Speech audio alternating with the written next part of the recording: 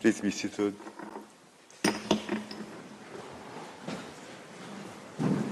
The sitting is open. The court meets this morning to hear the first round of oral argument of the Republic of Armenia on the preliminary objections raised by the respondent in the case concerning application of the International Convention on the Elimination of All Forms of Racial Discrimination, Armenia versus Azerbaijan. I shall now give the floor to the agent of Armenia, His Excellency Mr. Kirakosyan. You have the floor, Excellency.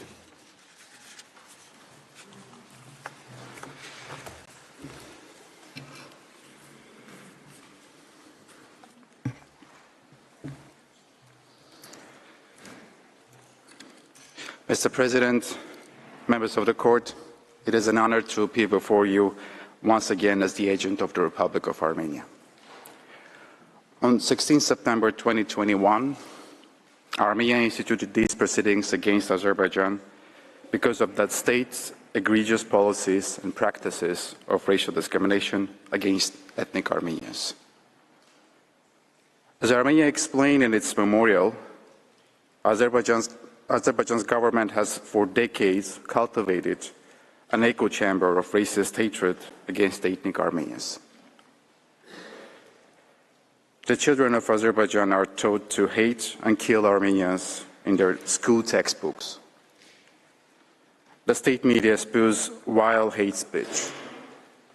Public officials dehumanize ethnic Armenians and call for their complete elimination.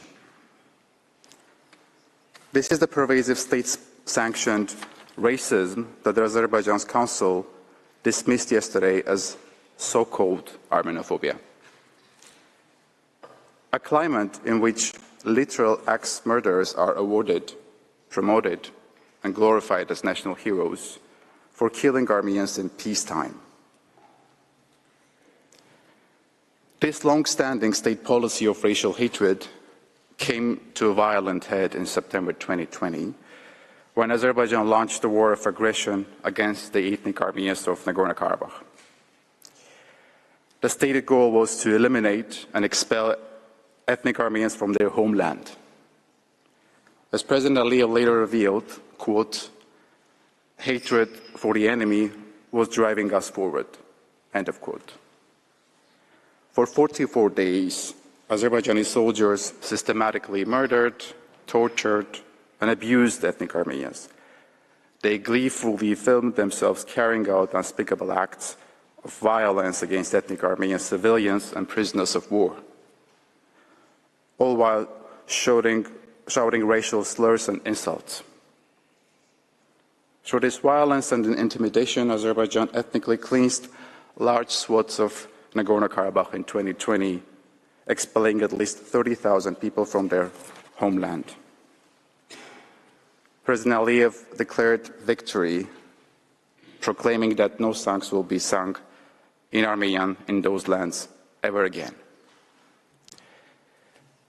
In the aftermath of these shocking atrocities, which were the culmination of decades of racial discrimination against ethnic Armenians, Armenia sought accountability under the CERT. Importantly, Armenia also sought the court's urgent protection for those vulnerable ethnic Armenians who, at the time, had not yet been killed or expelled from their homeland. Mr. President, members of the court, we all know what has happened since then.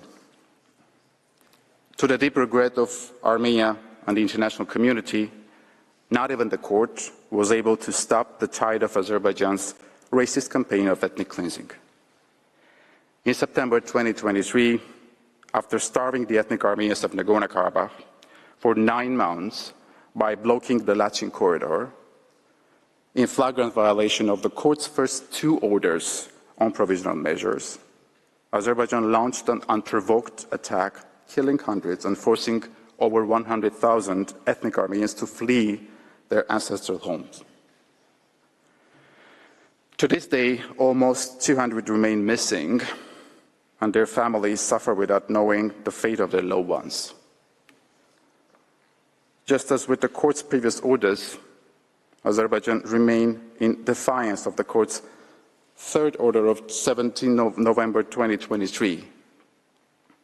It has done nothing to, and I quote, ensure that persons who have left Nagorno-Karabakh after 19 September 2023 and who wish to return to Nagorno-Karabakh are able to do so in safe, unimpeded, and expeditious manner. End of quote. After threatening to do so for years, Azerbaijan has completed the ethnic cleansing of the region and is now consolidating it by systematically erasing all traces of ethnic Armenians' presence, including Armenian cultural and religious heritage. All this is happening while this case is pending before you. Just last month, President Aliyev lit a bonfire in Stepanakert, Nagorno-Karabakh, and tweeted that the bonfire was, quote, doing the final cleaning, end of quote. Mr. President, members of the court, this is the context in which Armenia is pursuing claims against Azerbaijan under the CERD. Faced with Armenia's claims and overwhelming evidence against it, Azerbaijan has desperately sought to introduce a false sense of parity between the parties by instituting its own case against Armenia. But the challenge for Azerbaijan is that it has no videos of racist atrocities to show or no pervasive hate speech by public officials to quote. So what Azerbaijan has done? It has resurrected 3 decades-old historical grievances that clearly fall outside the temporal scope of the court's jurisdiction. Just yesterday, we heard Azerbaijan misrepresenting an early 20th century national ideology as racist, which has nothing to do with the mainstream political realities in Armenia today. Azerbaijan has also introduced outlandish claims about alleged environmental damage that have nothing to do with racial discrimination. And it is even attempting for a third time to convince the court that its allegations about landmines fall within the scope of the CERD. As Armenia will explain during the hearings that begin next week, the vast majority of Azerbaijan's claims fall squarely outside the court's jurisdiction. Yet again, however, Azerbaijan is pursuing its same tired strategy of mirroring and whataboutism. It is undoubtedly aware of the jurisdictional challenges faced by the case it has brought against Armenia. It is now desperately attempting to convince the court that Armenia's case also faces jurisdictional hurdles. But nothing could be further from the truth. In light of the manifest weakness of its objections, Azerbaijan is simply hoping that the 2 sets of objections will cancel each other out. Mr. President, members of the court, this is a cynical strategy of last resort. As Armenia will explain today, neither of Azerbaijan's objections stands up to even cursory scrutiny, and its tactic must fail. Azerbaijan's first objection is simply not serious. Not only does Azerbaijan's understanding of the negotiation requirement of Article 22 turn the court's jurisprudence on its head, Azerbaijan's presentation of the facts also distorts reality. What Azerbaijan refers to as negotiations about negotiations was in fact an agenda imposed by Azerbaijan with the sole purpose of prolonging negotiations for as long as possible. What Azerbaijan refers to as confidence building exercise was happening at a time when the Azerbaijani army was still expelling ethnic Armenians from their homes. When Azerbaijan was making so-called proposal for joint action, it was also torturing ethnic Armenian detainees and destroying Armenian cultural heritage. While Azerbaijan, as it claims, was making progress in negotiations, it was opening its military trophies park and ridiculing ethnic Armenians with racist mannequins. Mr. President, members of the court, in such a context, 1 year of negotiations was 1 year too many. Armenia nevertheless negotiated with Azerbaijan in good faith and pursued discussions far beyond the point of futility. Armenia has fulfilled the requirements of Article 22 in letter and spirit, and Azerbaijan's first objection fails. Azerbaijan's second objection is also without merit. Unable to even argue that the vast majority of Armenia's claims fall outside the court's jurisdiction, Azerbaijan attempts to convince the court that a subset of Armenia's claims concerning violence, detention, and enforced disappearances have nothing to do with the cert. To do so, Azerbaijan relies on at least two fictions. First, it tells the court that Armenia simply does not have enough particularized evidence of racial animus. Apparently, according to Azerbaijan, for the court to enjoy jurisdiction, Armenia should prove that each and every instance of violence, detention, or disappearance was sufficiently racist. And to do so, it is not enough that Armenia point to a general climate of hate speech, or to the most hateful atrocities, or even to the racist words of the perpetrators themselves.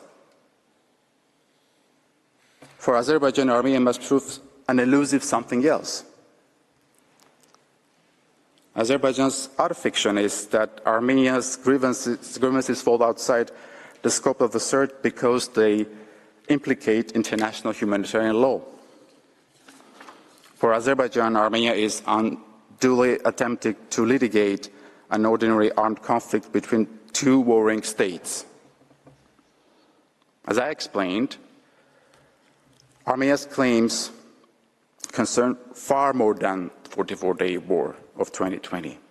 To borrow Azerbaijan's metaphor, the war itself was only the tip of the iceberg of decades of racist policies and practices.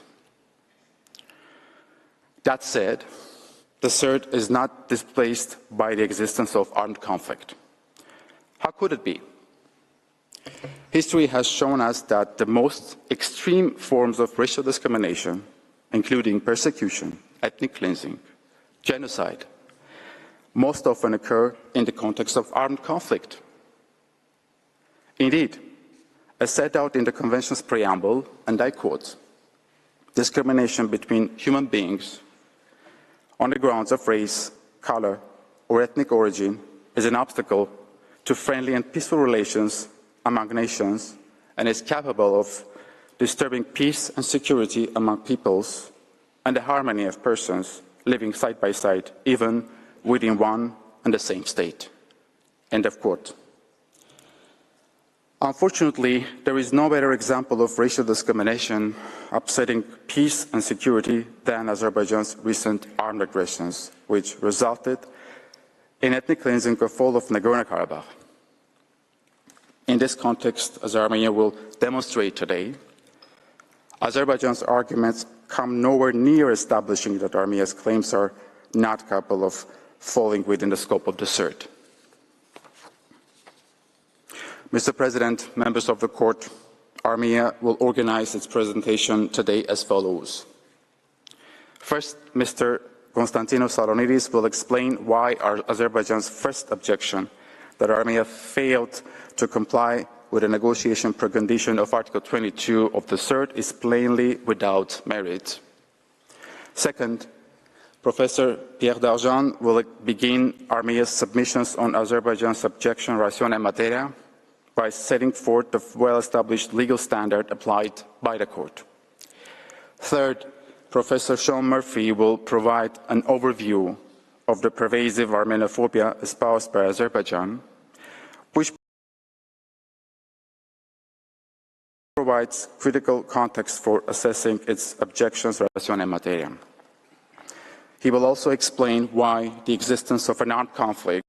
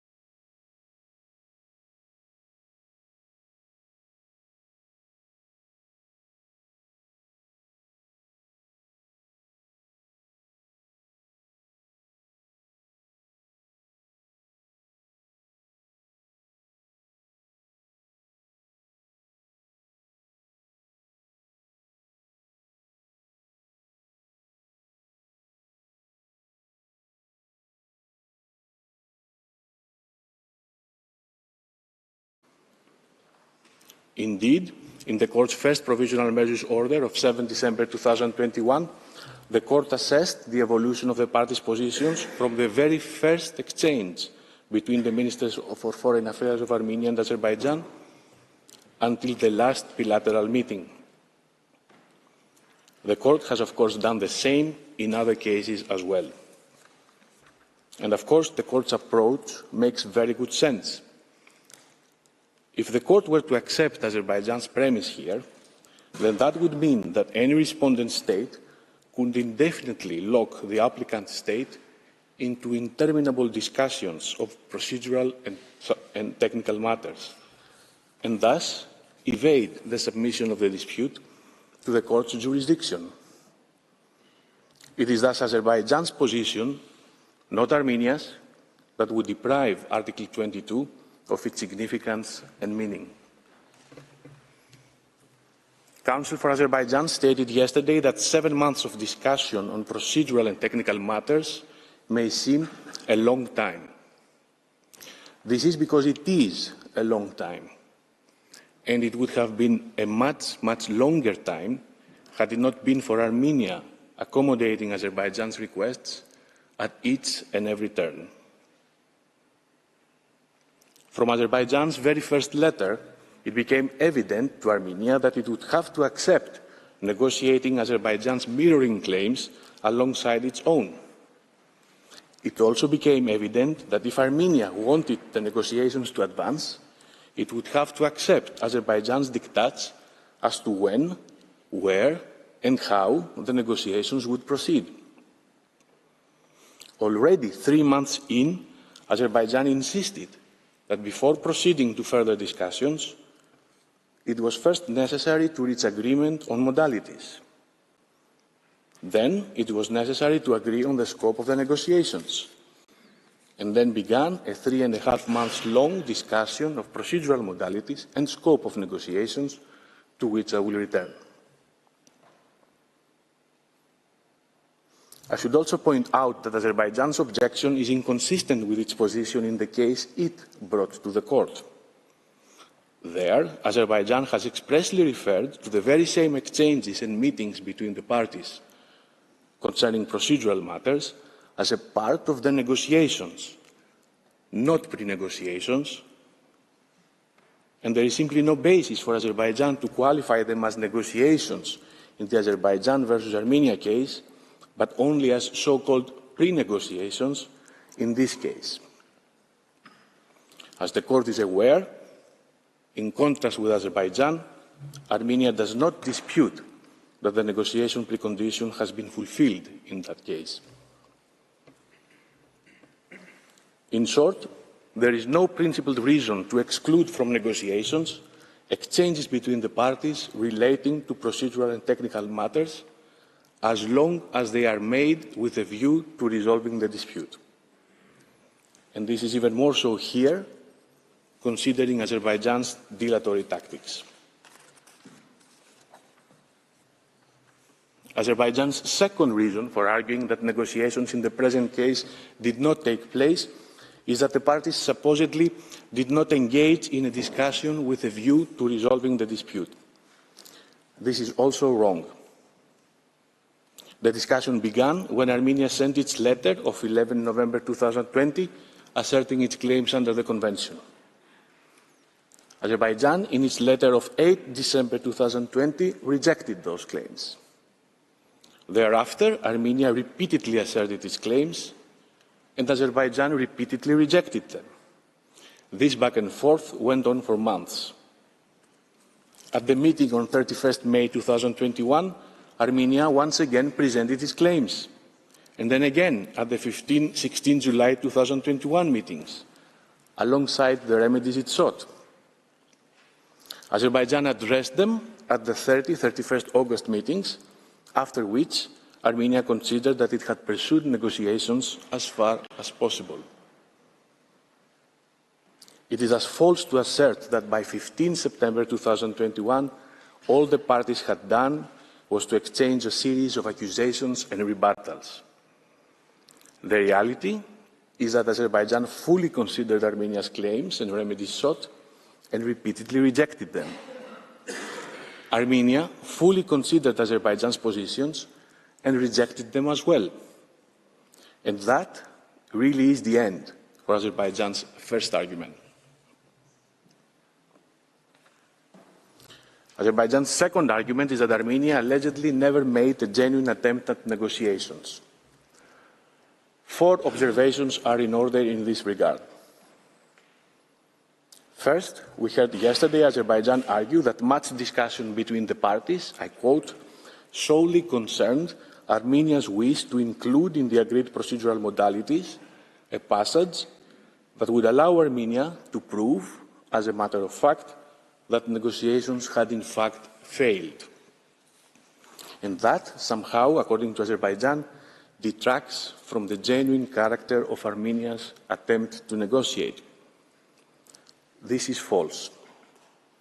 Armenia did not make its proposals because it had the proceedings before the court at the forefront of its mind, as Azerbaijan argues. Rather, Armenia made its proposal, which Azerbaijan resisted strongly, because Azerbaijan sought to limit the parties' ability to rely on their diplomatic exchanges before the court. As Armenia wrote on 16 April 2021, already 5 months into the negotiations, Azerbaijan's proposals would gravely impair the ability of the parties to establish that there has been a failure of negotiations. Such consequence would contradict the state parties' aim to eradicate all forms of racial discrimination effectively and promptly.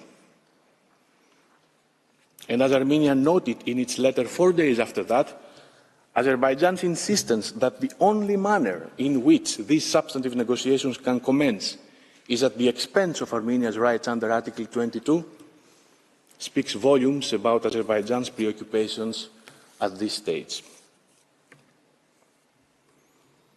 It is equally false for Azerbaijan to argue that Armenia did not genuinely negotiate the dispute because it did not allocate enough time for doing so. Counsel for Azerbaijan surmised that negotiations over such a substantial dispute should probably take months, if not years. By contrast, he argued, I quote, Armenia initially suggested just 1 day, with the second day held in reserve for possible further discussion. Counsel for Azerbaijan cites here to Annex 5 to Azerbaijan's preliminary objections, which is a letter from Armenia dated 22 January 2021. The letter, however, makes clear that Armenia was proposing 1 day with the second day in reserve for a first meeting. Armenia by no means assumed that the entire dispute would be settled within those 2 days. In fact, Armenia's proposed agenda, as an annex to the same letter, expressly provided for, quote, exchange of views on whether the dispute can be amicably resolved through further discussions. Counsel for Azerbaijan yesterday went on to say, I quote, Armenia in the end only agreed to a schedule that allocated 2 days for the presentation of its claims and requested remedies and gave Azerbaijan another 2 days to present its replies. 4 days in all, end of quote. But this too is misleading. Here, Counsel cites to Annex 42 to Azerbaijan's preliminary objections, which is a letter from Armenia dated 14 July 2021. But once again, Armenia proposed these 4 days for meetings without assuming that negotiations would end thereafter. In its very prior letter of 9 July 2021, Armenia expressly stated that it was open to additional discussions beyond those days of meetings. I move now to my third observation. Neither Article 22 nor international law requires Armenia to jointly with Azerbaijan declare the negotiations to have become futile. Armenia was happy to suggest that the parties jointly assess whether further negotiations are constructive in resolving the dispute in April 2021. It was not happy to do so in July, by June 2021, after seeing yet another 2 months being squandered away on Azerbaijan's dilatory tactics. And finally, it is false to assert that Armenia rejected Azerbaijan's proposals, I quote, outright without engaging with them.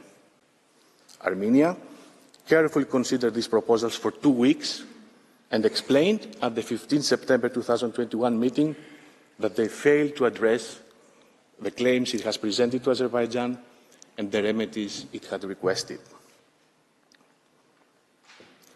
And this brings me to Azerbaijan's last ground for its first preliminary objection, which is being asserted in the alternative, namely that Armenia, after 10 whole months, allegedly did not pursue negotiations as far as possible. Azerbaijan's argument is basically that Armenia did not allow Azerbaijan's position to evolve. But Armenia did afford Azerbaijan an adequate chance to reconsider its repeated rejection of Armenia's claims. Azerbaijan's proposals of August 2021 merely concerned proposed steps that Azerbaijan would take only if Armenia took them as well. Even then, the proposed actions were couched in tentative terms. Azerbaijan proposed to facilitate the return of the forcibly displaced, but did not allow it, as Armenia was asking. Azerbaijan proposed to take steps to provide equality before the law, but did not guarantee it, as Armenia was asking. Azerbaijan proposed to assess educational materials, but refused to adopt immediate and effective educational measures, as Armenia was asking. Azerbaijan proposed to consider the removal of racist depictions at the military trophies park, but did not remove them, as Armenia was asking. Armenia's memorial submissions make clear that Armenia seeks from the court declarations that Azerbaijan has breached the CERD, and in order that Azerbaijan shall cease these breaches, offer assurances and guarantees of non-repetition, and make reparation by way of restitution and compensation. Azerbaijan's proposals, on the other hand, contain no acknowledgement of any wrongdoing, and of course, no provision of remedies.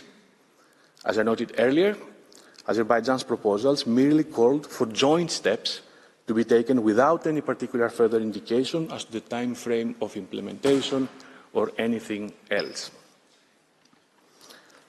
But concrete steps needed to be taken immediately, and steps that were in Azerbaijan's sole power to take.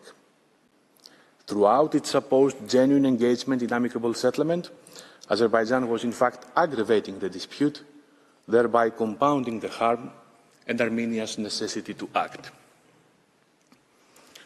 As early as 22 December 2020, referring to the scale and severity of Azerbaijan's ongoing violations, Armenia asked that negotiations be conducted promptly and in good faith. On 22 January 2021, Armenia reiterated the urgent need to protect ethnic Armenians from Azerbaijan's ongoing discrimination, including the torture and murder of civilians and hate speech emanating from the highest levels of government, and expressed its regret that the parties had not yet been able to meet 2 months after the commencement of the negotiations. On 2 April 2021, Armenia recalled the seriousness and ongoing nature of Azerbaijan's breaches of the Convention and the imperative need to bring them to an immediate end, expressing the hope that Azerbaijan will confirm the agreed scope of negotiations so that substantive discussions can proceed. And that did not happen until 2 months later. On 20 April 2021, Armenia specifically referred to Azerbaijan's decision to open the military trophies park, recalling the need to maintain a constructive atmosphere in the negotiations. At the meeting of 31 May 2021, Armenia reiterated once again its great concern that the military trophies park, as well as Azerbaijan's recent widely condemned incursion onto Armenian territory, negatively affect the atmosphere of negotiations and risk undermining their progress. And on 22nd of June 2021, Armenia noted that while within the framework of these negotiations, Azerbaijan professes an intent to maximize the prospect of resolving the dispute, outside that framework, it has acted to exacerbate its violations, including by opening the military trophies park. What was Azerbaijan's response, you may wonder? To deny and double down on its claims. And what made it finally remove the racist mannequins of the military trophies park? The threat of provisional measures by the court. Azerbaijan argues that negotiations do not mean that one party simply submits to the demands of the other, and we agree. Armenia was not obliged to accept proposals that it did not consider adequate, in the same way that Azerbaijan was not obliged to accept Armenia's claims and requested remedies. But this is why Article 22 vests the court with jurisdiction over this dispute. Mr. President, distinguished members of the court, Armenia, of course, acknowledges that the court has not yet ruled on the merits of its claims.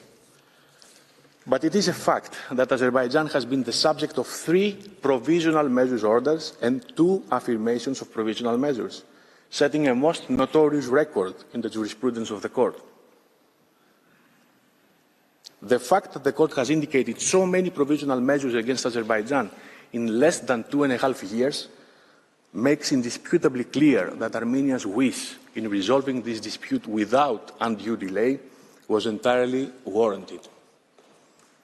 Again, we recognize that the court has not yet ruled on the merits, but to call Armenia's conduct in bringing this case premature is very unfortunate and disrespectful to the thousands of victims of Azerbaijan's conduct, some of whom it purports to consider its citizens. The upshot of all this should be clear by now. Armenia genuinely engaged with Azerbaijan throughout the entire negotiations. Armenia accommodated Azerbaijan's request to discuss its claims alongside Armenia's. Armenia accommodated Azerbaijan's request to first discuss modalities. Armenia accommodated Azerbaijan's request to then discuss the scope of the negotiations. And Armenia yielded to Azerbaijan's proposals on the schedule and format of presentation of claims. But all this was met with rejection upon rejection, mirroring, dilatory tactics, and aggravation. Still, Armenia put an end to the negotiations only when it became evident that Azerbaijan would never acknowledge any wrongdoing or remedy its violations.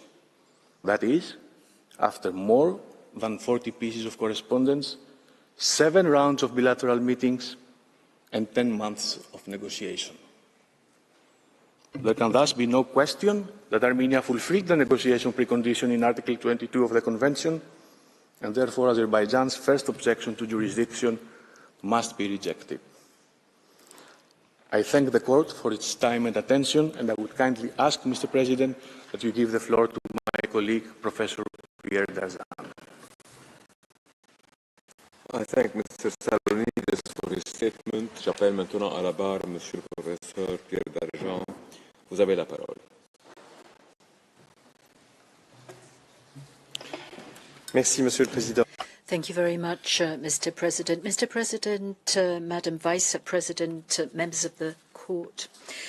It's an honor to appear again before the Court on behalf of Armenia. I shall attempt to limit the subject matter of our Azerbaijan's second preliminary objection because it does not concern all of Armenia's claims, and as you know, it was recently amended. Secondly, I shall come back to the context of the claims submitted to you, as this is decisive for a proper understanding of this objection. Lastly, by way of introduction of my colleagues' pleadings, I shall briefly outline the Court's substantive jurisdiction, and I shall examine their application with regard to the Convention. Mr. President, as modified, Azerbaijan's second preliminary objection only aims to exclude some of Armenia's allegations of a violation of the Convention from the debate.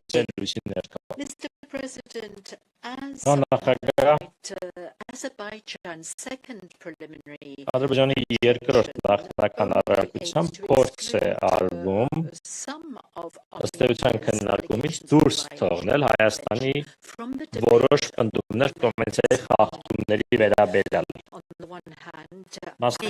Regarding various exactions committed against ethnic Armenians. In that respect, Azerbaijan's position, as you know, apparently evolved during the proceedings. The question is, however, whether it has really changed, as it is difficult to know precisely what has changed.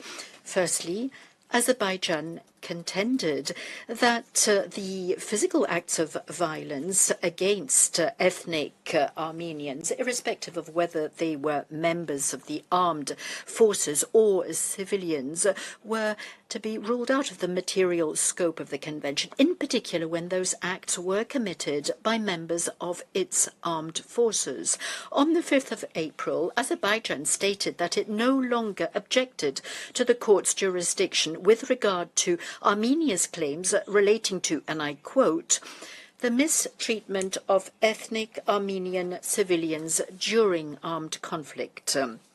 All whilst maintaining its objection with regard, and I quote, to the remainder of Armenia's third claims related to alleged mistreatment of civilians during the active hostilities phase of armed conflict, in relation to which Armenia has presented no specific evidence of purported misconduct on the basis of ethnic or national origin.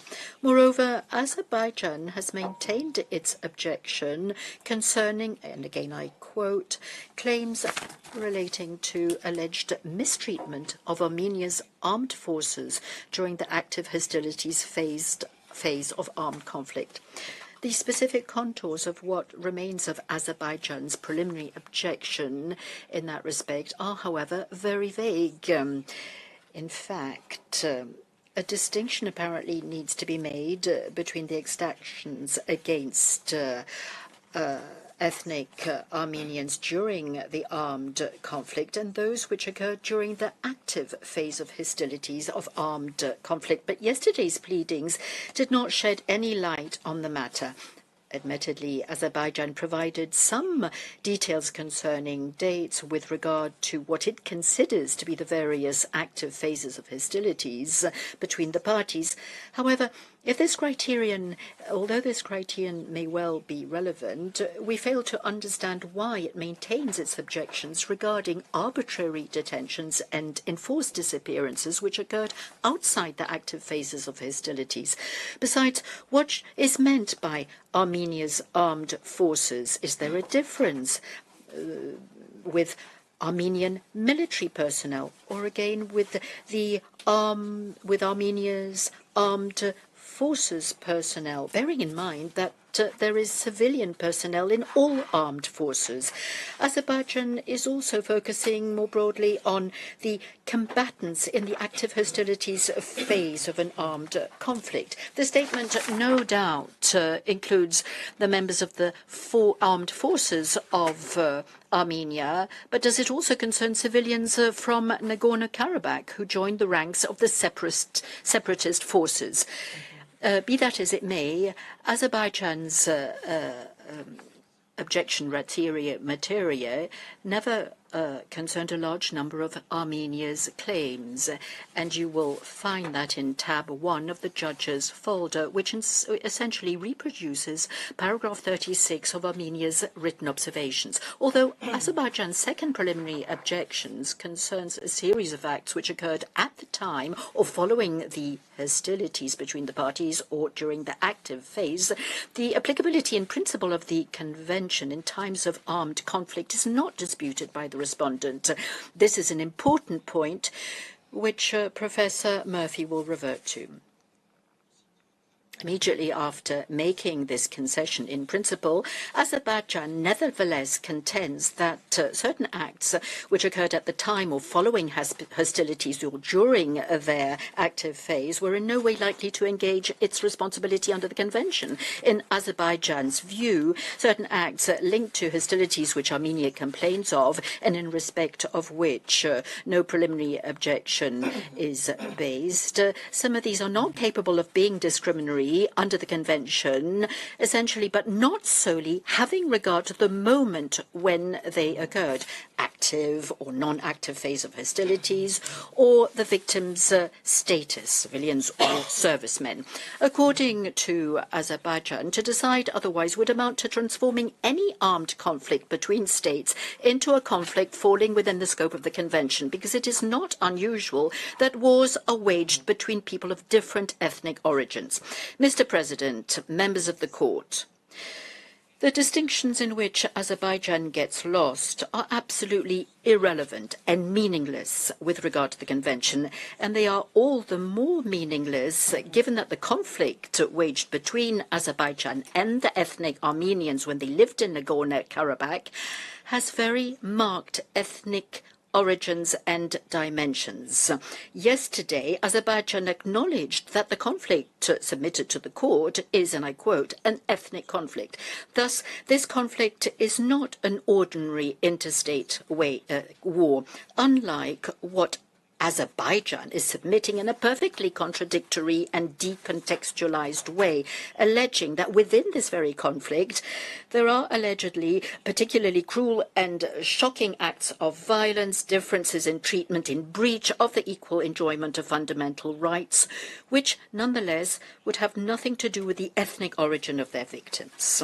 This conflict is an ethnic conflict as, under the guise of territorial integrity, for 3 decades, Azerbaijan has refused the self-determination of Armenians living in their ancestral hopeland of Nagorno-Karabakh and brought it to an end, to a brutal end.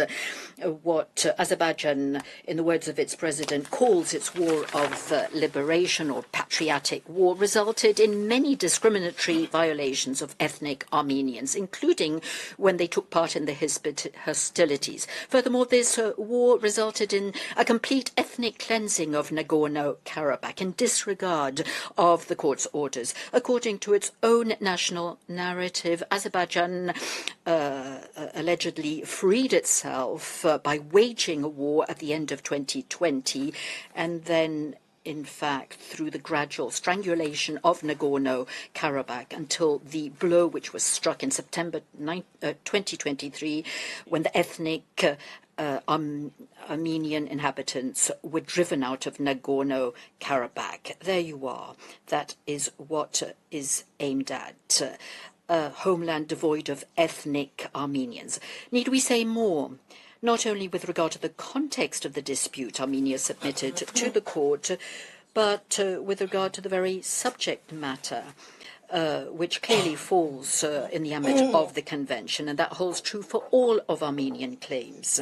Indeed, these concern violations of fundamental human rights, specifically because of the Armenian national ethnic origin and not because of their nationality or any other ground under the Convention.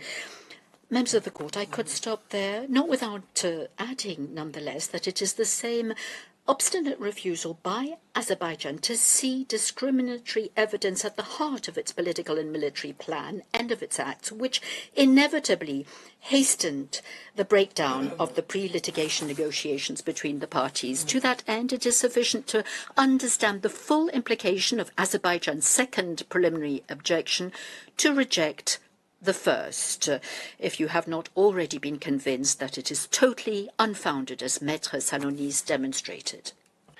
Monsieur le Président.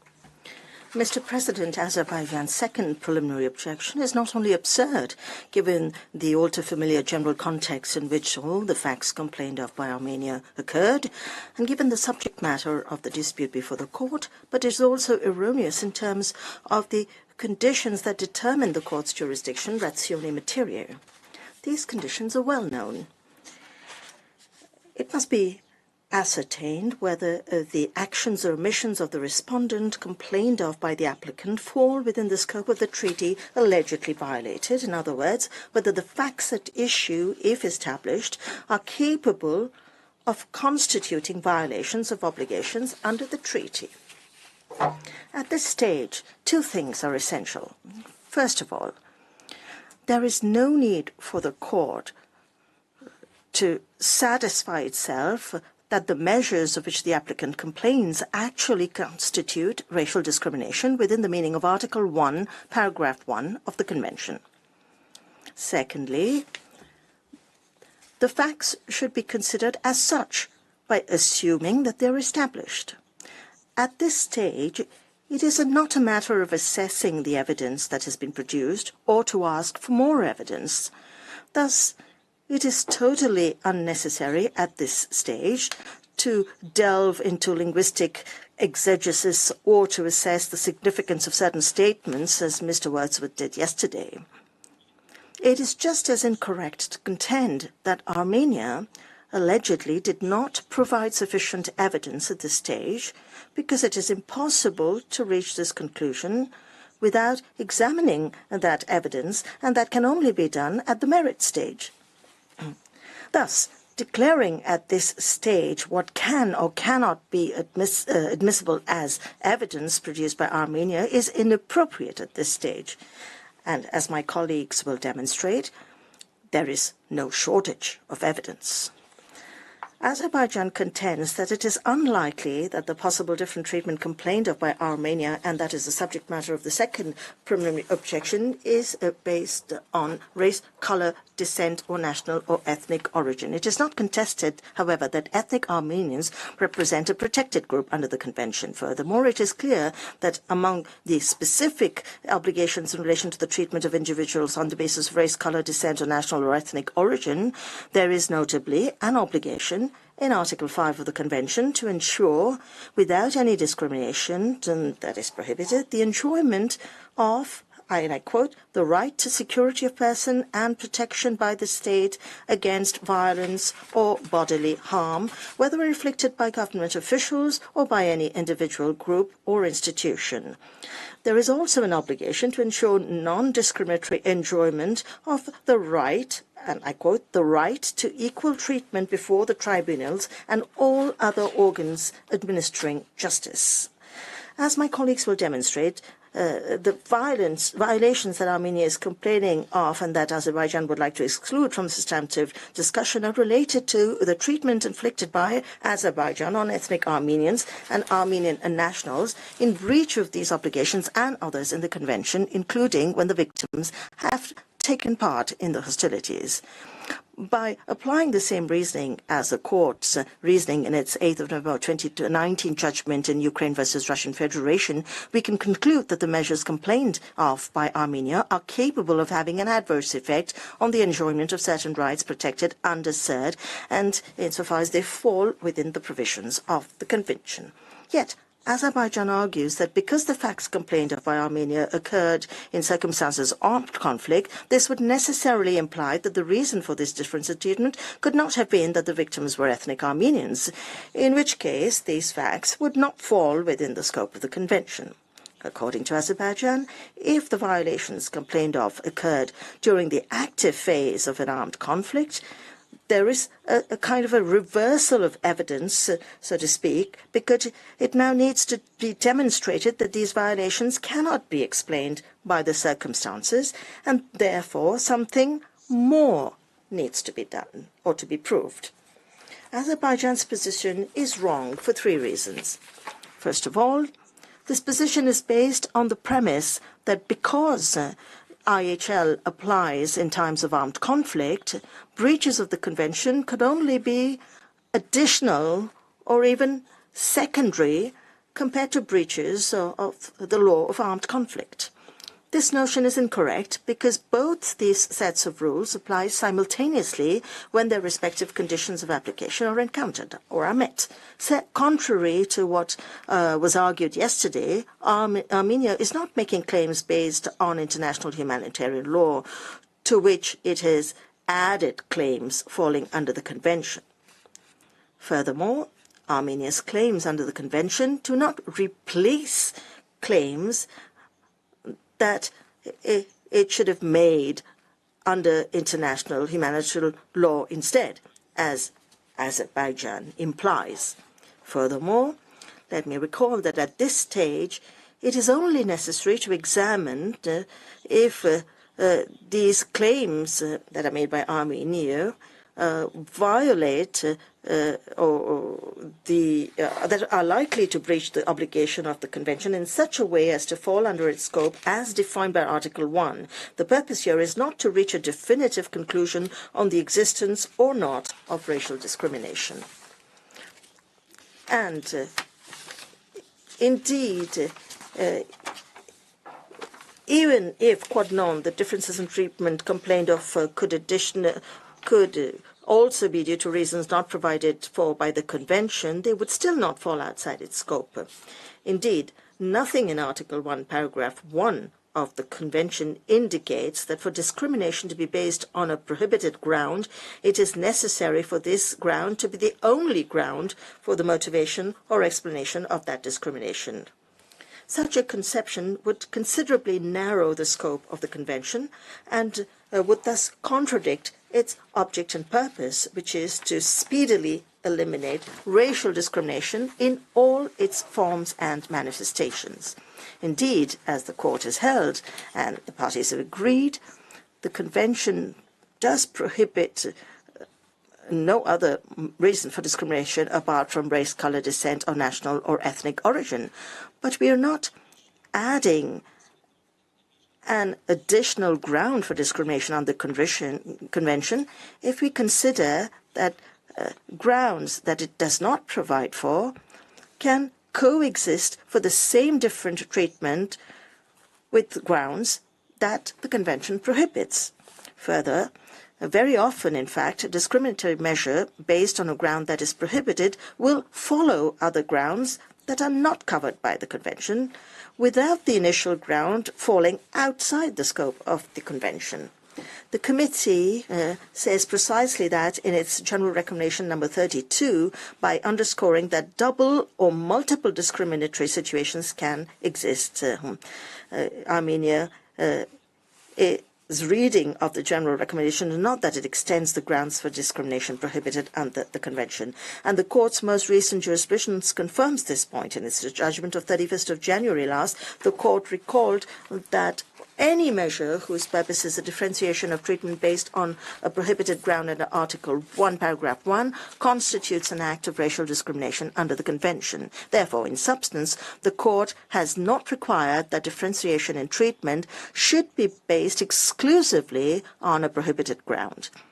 In this case, it is undeniable that the purpose of differentiation of treatment complained of is perfectly likely not to be unrelated to a prohibited ground under the Convention. Finally, and precisely on this very point, Azerbaijan is mistaken in arguing that an additional specific burden of proof falls on Armenia and that it is not met because in this case it is mere collateral or secondary effects on persons who are distinguished by one of the prohibited grounds, and that it is well established that such effects do not in and of themselves constitute racial discrimination within the meaning of the Convention. Azerbaijan is mistaken because this question only arises in the case of indirect discrimination, that is to say, discrimination that is prohibited by the Convention depending on its effects. However, Armenia claims that are the subject matter of its preliminary objection fall under direct discrimination. The facts presented by Armenia, facts that the Court at this stage should consider as established, are perfectly likely to fall within the ambit of the Convention under direct discrimination, that is to say, discrimination resulting from a measure that seeks to make a differentiation in treatment based on a prohibited ground whose purpose is to deprive victims of equal enjoyment of their fundamental human rights. Members of the Court, the criteria for the court's jurisdiction ratione materiae are clearly and perfectly met. Mr. President, I would like to thank you for your attention. I'd like to thank the court for its attention, and I would like you to invite Professor Sean Murphy to take the floor. Thank you very much. Mr. Darjean pour son intervention, and I now invite Professor Sean Murphy to take the floor. You have the floor, sir.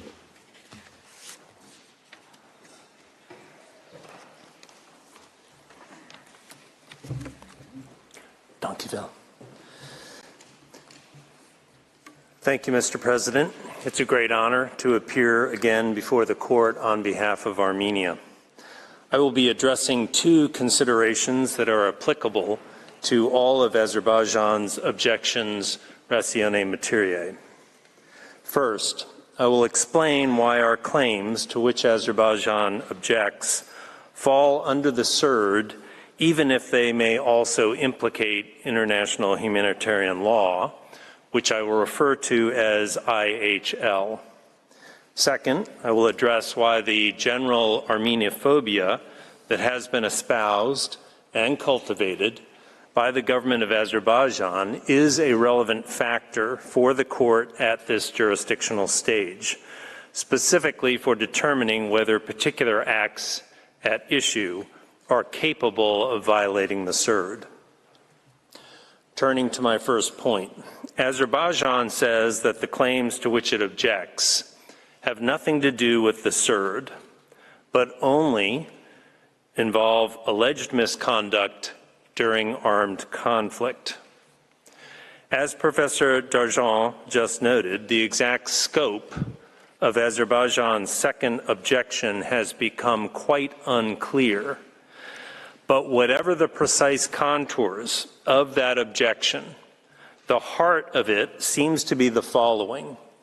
Azerbaijan insists that the claims to which it objects are governed by IHL and only by IHL.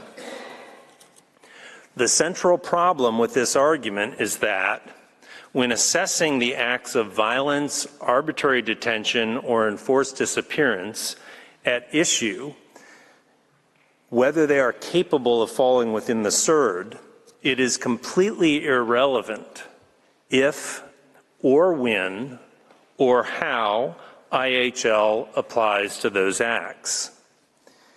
Indeed, Azerbaijan attempts to draw IHL-based distinctions, such as between soldiers and civilians, or between periods that do or do not involve active hostilities. But those distinctions are entirely meaningless for purposes of the SURD. The court simply need not address such issues. Rather, the court's jurisprudence makes clear that even if IHL applies, that source of law does not displace the SURD. In the nuclear weapons and Israeli wall advisory opinions, the court found that the protection offered by human rights conventions does not cease in case of armed conflict. And this remains true in the specific context of the simultaneous application of IHL and the SURD. Indeed, despite Russia's argument that a considerable part of Ukraine's claims in the financing of terrorism SURD case were really claims arising under IHL, the court had no difficulty at the jurisdictional stage in finding that the measures of which Ukraine complains are capable of having an adverse effect on the enjoyment of certain rights protected under SURD, and therefore that the measures thus fall within the provisions of the Convention. Azerbaijan, as it must, concedes that these two areas of international law operate in tandem.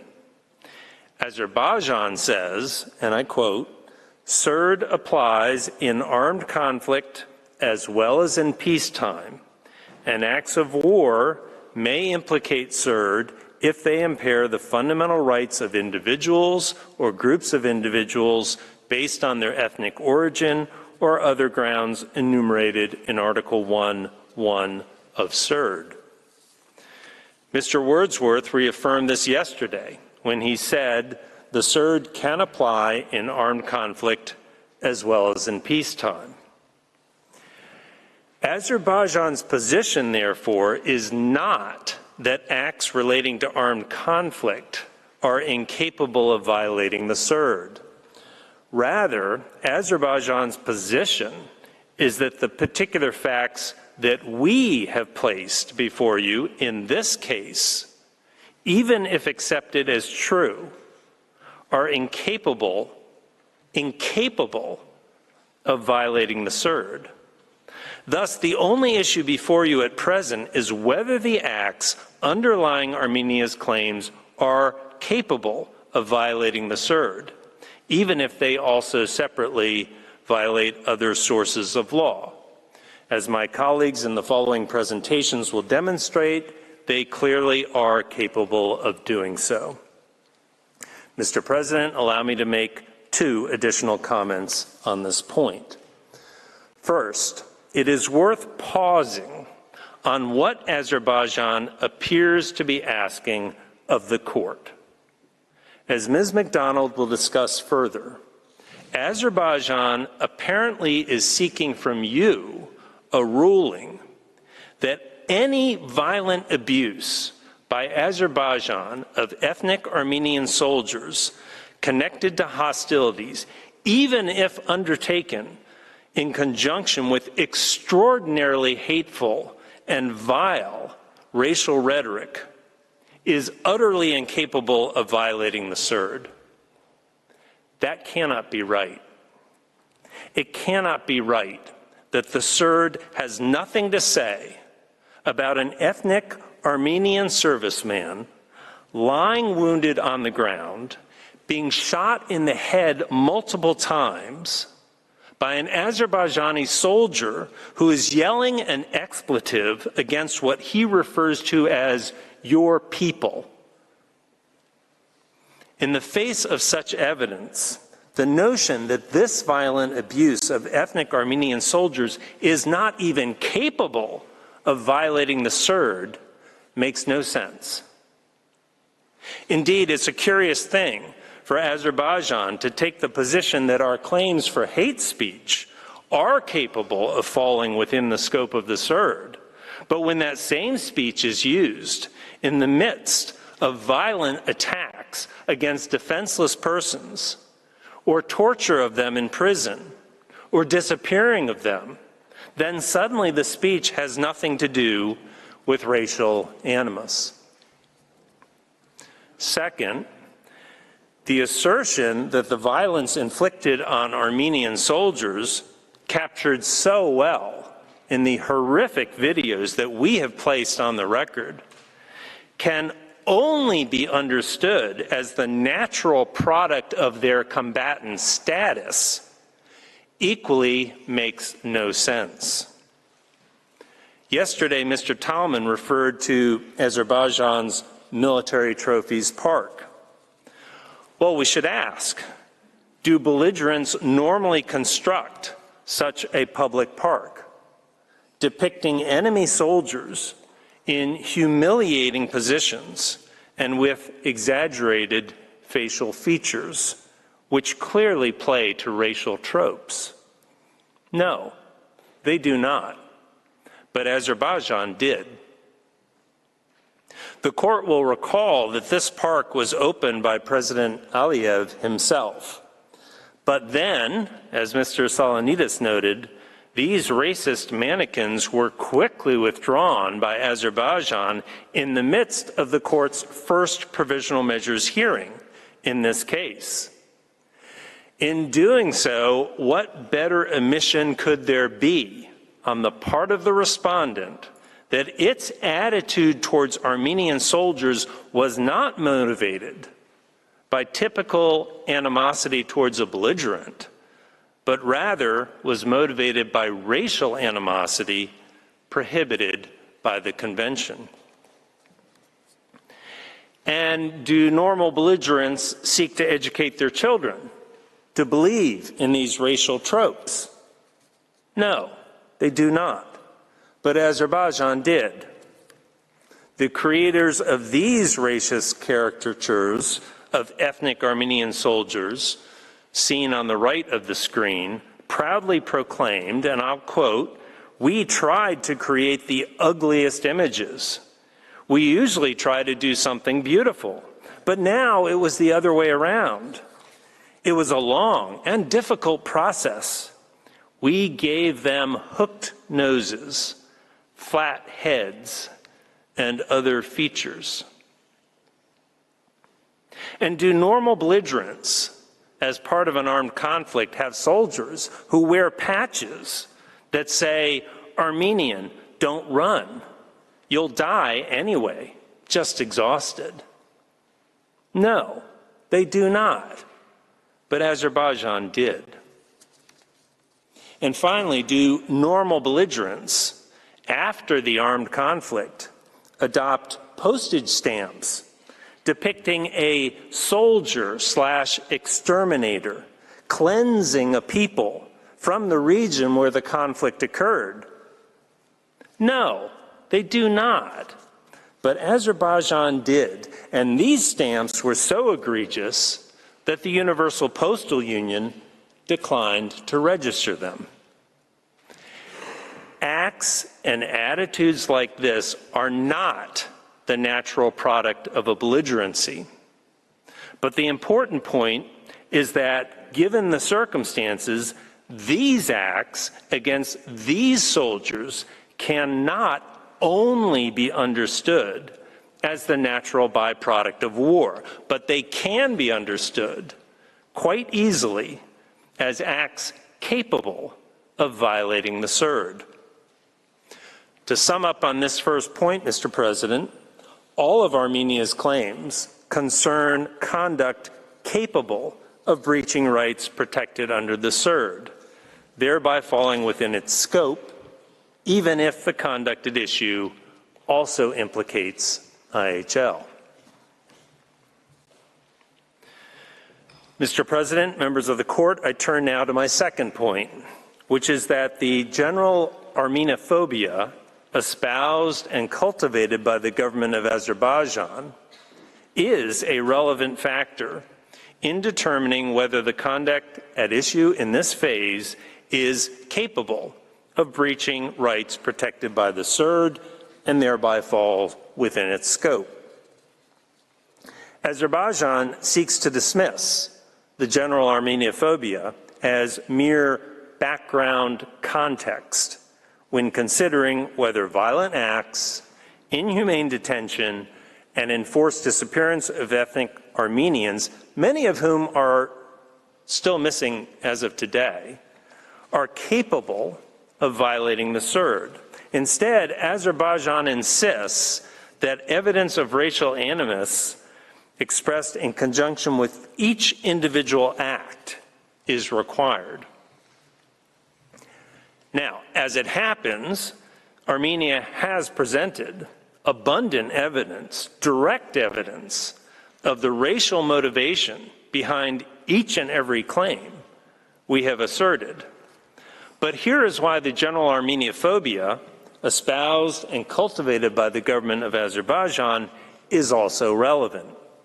Such Armenophobia is part of a seamless tapestry that trickles down to the facts of violence, inhumane detention, and enforced disappearances upon which Armenia's claims are based.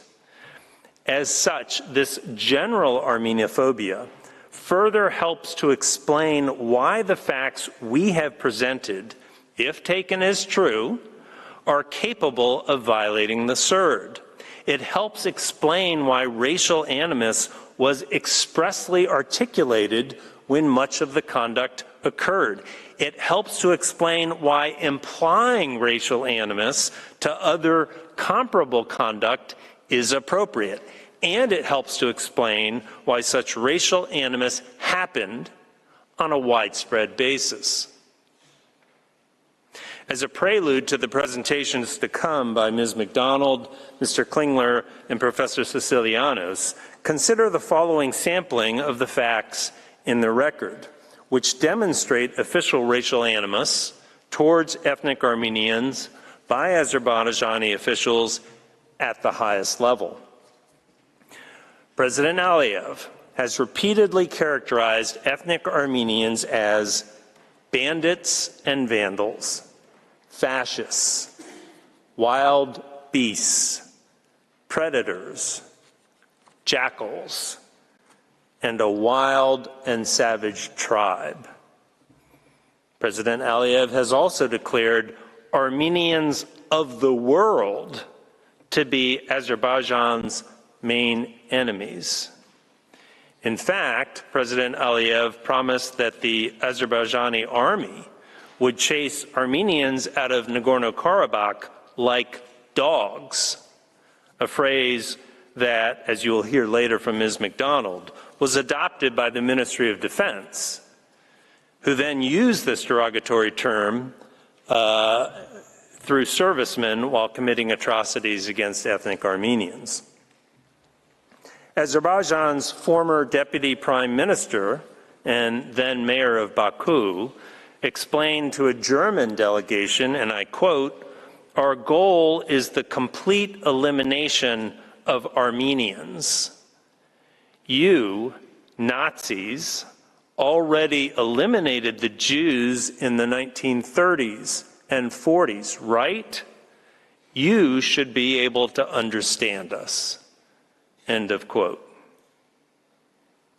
The Committee of International and Interparliamentary Relations of the Parliament of Azerbaijan has also referred to Armenia and the Armenian diaspora as a cancerous tumor of Europe.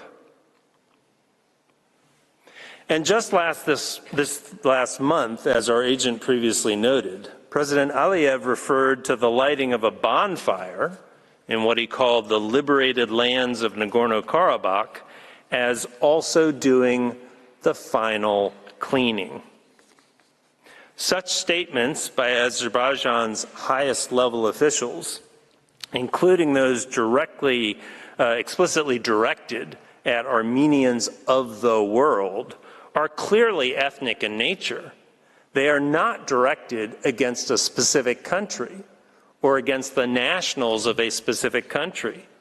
And Azerbaijan cannot hide behind such statements as mere private speech. The extensive facts in the record reveal that this ethnic hatred is state policy instilled in ordinary Azerbaijanis through Azerbaijan's media and its education system. Freedom House, which ranks Azerbaijan as not free, has noted how the Azerbaijani government, and I quote, has cultivated a policy of extreme hostility toward ethnic Armenians with educational, cultural, political, and military components, end of quote. But it goes on, including the Azerbaijani school curriculum, which is, I quote, known to include negative and discriminatory references to Armenians, end of quote. This overall racial animus, which includes glorifying violence against ethnic Armenians, inescapably led to the atrocities that lie at the heart of these proceedings. Indeed, the facts show that Azerbaijan's murder, torture, and other brutality, arbitrary detention, and disappearance of persons was not uniquely directed at Armenian soldiers, nor uniquely directed at Armenian nationals. It was also directed at persons that Azerbaijan regards as its own nationals, no matter their age or whether they took part in the hostilities. As such, the facts show that Armenian ethnicity was not simply a collateral or secondary aspect of harms directed at soldiers of Armenia or at nationals of Armenia. Rather, if the facts are taken as true for purposes of this phase, as they must, Our facts demonstrate systematic and relentless policies of racial hatred against ethnic Armenians regardless of their nationality, which were unleashed at highest levels of the Azerbaijani government and then worked their way down into the conduct of the average Azerbaijani soldier and citizen, leading to the atrocities against ethnic Armenians. That such animosity was directed against all persons of Armenian ethnic or national origin, and not just at Armenian soldiers or nationals, is clear from the concluding observations on Azerbaijan reached by the CERD Committee in 2022, which are found at tab 2 of your judge's folder. In its presentation yesterday, Azerbaijan portrayed the committee's observations as irrelevant, no doubt because they are quite damaging to its position. Yet the committee is the body specifically tasked with monitoring the compliance of states with the CERD, taking into account information received from a variety of sources, which in this instance included Azerbaijan's own reports and presentations. After doing so, the committee reached important conclusions and recommendations, which, though not legally binding, are nevertheless highly relevant for understanding if the conduct at issue, in this case, is capable of violating the CERD. Thus, at paragraph 4, you will see that the committee said that it was deeply concerned about, and I quote, subparagraph A, allegations of severe and grave human rights violations committed during the 2020 hostilities and beyond by Azerbaijani military forces against prisoners of war and other protected persons of Armenian ethnic or national origin, including extrajudicial killings, torture, and other ill treatment and arbitrary detention. And then at subparagraph C, they are deeply concerned about incitement to racial hatred and the propagation of racist stereotypes against persons of Armenian national or ethnic origin. Such deep concerns are not referring to acts directed against the country of Armenia or against Armenian nationals. You can see quite clearly from some paragraphs A and C that the CERD Committee is concerned about racial animus against protected persons of Armenian ethnic or national origin, whether related to armed conflict or not. Accordingly, the committee in 2022 issued a series of recommendations to Azerbaijan, 2 of which are now on your screen. Notice how recommendation A is directly speaking to the need for Azerbaijan to do better, to investigate violations of the rights of POWs and other protected persons of Armenian ethnic or national origin, including as it relates to enforced disappearances, torture, and other ill treatment and arbitrary detention, as well as the destruction of houses, schools, and other civilian facilities perpetrated by Azerbaijani military forces in the context of the 2020 hostilities and beyond. Notice further how recommendation D speaks to hate speech, incitement, and promotion of racial hatred and discrimination, including by officials and public institutions targeted at persons of Armenian national or ethnic origin. There is no sense in which these recommendations are limited to the country of Armenia or to Armenian nationals, and every sense in which they express deep concern about conduct against ethnic Armenians that is capable of violating CERD rights, whether related to armed conflict or not. In short, as my colleagues this morning proceed to discuss specific categories of wrongful conduct, whether it be murder, torture, arbitrary detention, or enforced disappearance, this backdrop of general Armenophobia that I have described must be kept in mind as it informs whether Azerbaijan's acts were capable of being racially motivated and thus fall under the SIRD. Mr. President, in the face of this overwhelming evidence of racial hatred underpinning the atrocities committed by Azerbaijan, Azerbaijan insists that our approach would prompt parties to other armed conflicts to bring their claims before the court under the SIRD, despite the lack of any real connection to racial discrimination. We disagree, given that Azerbaijan's conduct constitutes racial discrimination of a kind rarely seen in recent human memory. But consider as well the result of Azerbaijan's preferred approach. Any party to an armed conflict could commit unspeakable, racially motivated abuse against soldiers and civilians alike, and yet not be held accountable under the SIRD.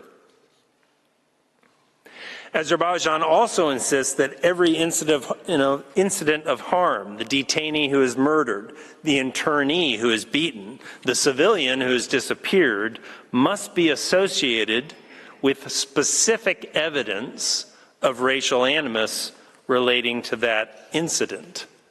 Relatedly, Mr. Wordsworth went on at some length yesterday about our claims not involving a systematic campaign or practice.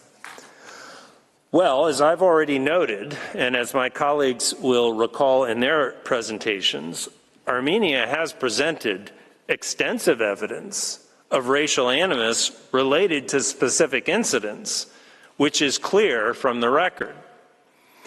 At the same time, one can certainly look at our evidence and reach a conclusion that the conduct of which we complain was widespread or systematic in nature.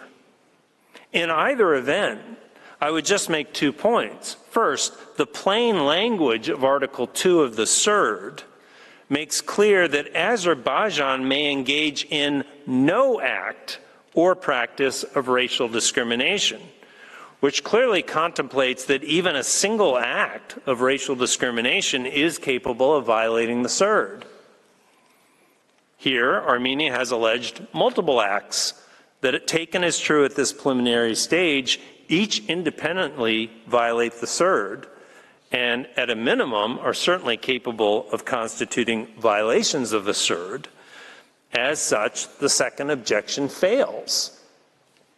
Second, there's no need for the court, even at the merits stage, let alone at this stage, to adjudicate each and every underlying act at issue. As the court held at the merit stage in DRC v. Uganda, in order to rule on a claim, it is not necessary for the court to make findings of fact with respect to each individual incident alleged. That is no less true in this case. Mr. President, that concludes my presentation. If it pleases the court, this may be the appropriate time for the break. In any event, it is Ms. McDonald who will continue Armenia's response.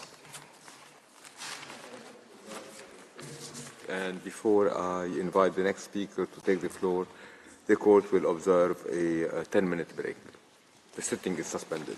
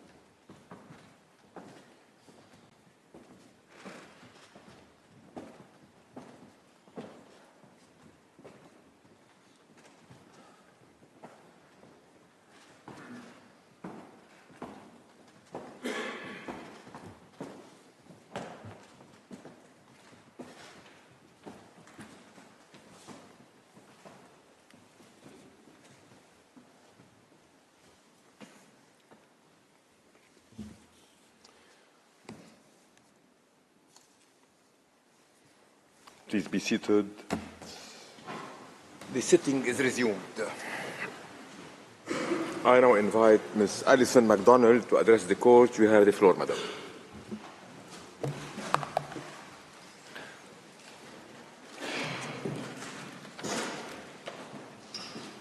Mr. President, Madam Vice President, members of the court, it is an honour to appear before you on behalf of the Republic of Armenia.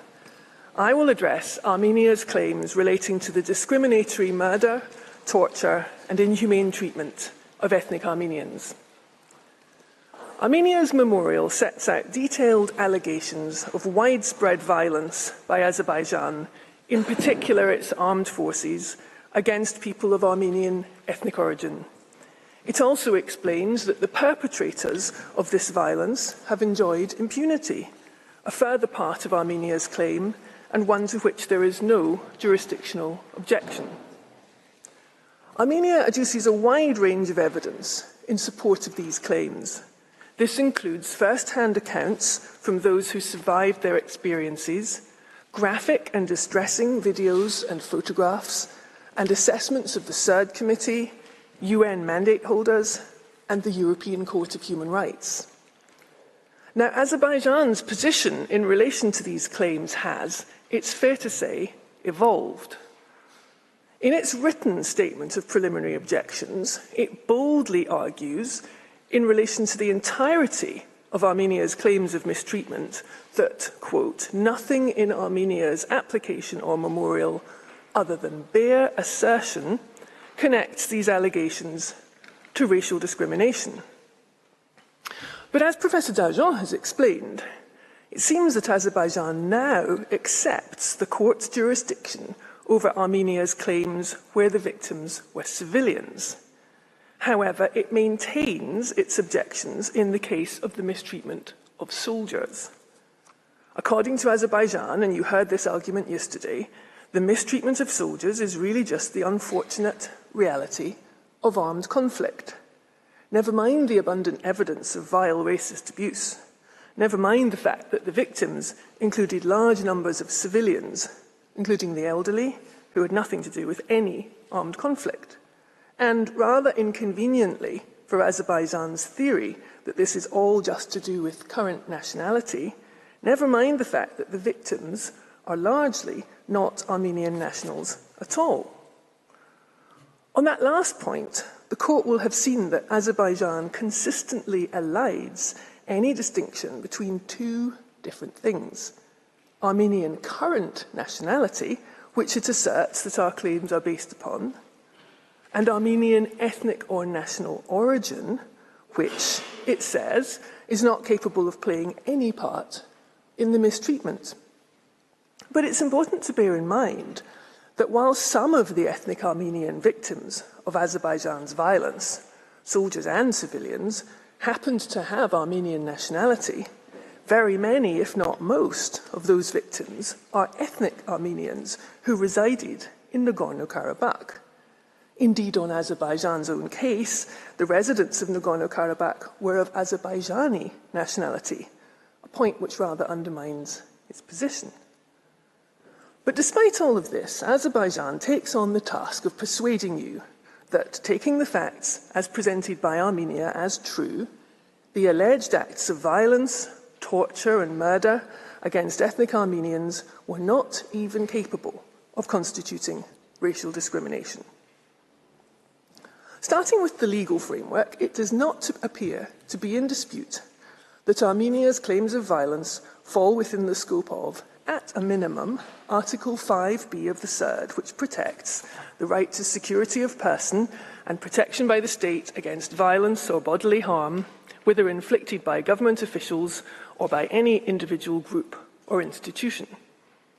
And indeed, as Professor Murphy noted, the court will recall that it has granted provisional measures in this case to protect the right to security of person and protection against bodily harm, and it's done so without drawing any distinction as between prisoners of war and civilian detainees. So this is not a ratione materiae case in which the type of conduct in issue falls as a matter of principle outside the scope of the CERD. Far from it. In a legal framework concerned with racial discrimination, there could hardly be a clearer example than incidents of racist violence, torture and killing perpetrated by those acting on behalf of the state.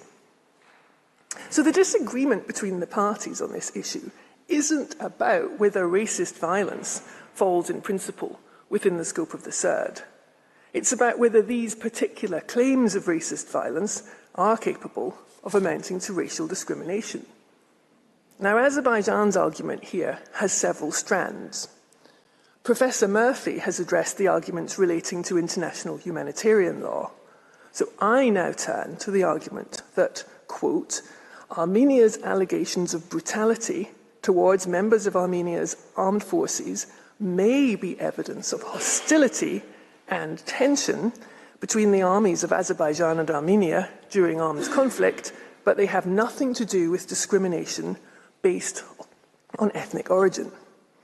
Or as Azerbaijan put it yesterday, if the examples given by Armenia are the tip of an iceberg, quote, the iceberg appears to be one of alleged mistreatment and insult of prisoners of war based on their status as combatants in the active hostilities phase of an armed conflict, and not matters for CERD.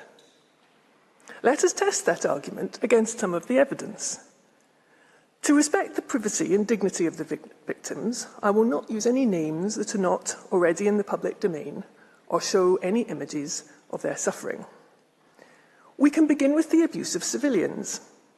Let us look at what Azerbaijan belatedly accepts that the court does have jurisdiction over. We assume that this includes, for example, the many troubling cases recorded in a detailed Amnesty International report into older people's experiences of the Second Nagorno-Karabakh War. One such case was that of Ernest Harutyunyan, an 84-year-old ethnic Armenian civilian with dementia, whose mutilated body was found in his home in Nagorno-Karabakh. The circumstances of his death, Amnesty International states, suggested he had been deliberately killed. Azerbaijan presumably also accepts that the court has jurisdiction over the murders analysed in a detailed piece of investigative journalism in The Guardian, published in December 2020. As you can see on screen, this records that 2 elderly men who were beheaded by Azerbaijani forces in videos widely shared on messaging apps have been identified, confirming 2 of the bloodiest atrocities of the recent war in Nagorno-Karabakh. The ethnic Armenian men were non-combatants, people in their respective villages said. Both were beheaded by men in the uniforms of the Azerbaijani armed forces. The short, gruesome videos of the killings are among the worst of a torrent of footage portraying abuse, torture, and murder. Now, such abuse is not just a feature of the Second Nagorno-Karabakh War. So, for example, the record contains a report by the human rights defender of Nagorno-Karabakh, which records that, upon entering and taking control of the Talish village in 2016, Azerbaijani soldiers killed elderly civilian residents and then mutilated their bodies by cutting off their ears. This includes, as you see on screen, the killing and mutilation of an elderly couple in their home. It seems that Azerbaijan now feels compelled to accept that such acts are capable of amounting to racial discrimination. It hopes, perhaps, to deflect attention from evidence such as that which we just considered. But this manoeuvring does rather raise the question if the only animus which drove the mistreatment of ethnic Armenian soldiers was nationalist hostility between opposing armed forces, why were ethnic Armenian civilians also subjected to such widespread abuse? Azerbaijan has no answer to that question. Instead, yesterday we saw it do 2 things. Firstly, it steadfastly ignored the evidence relating to civilians.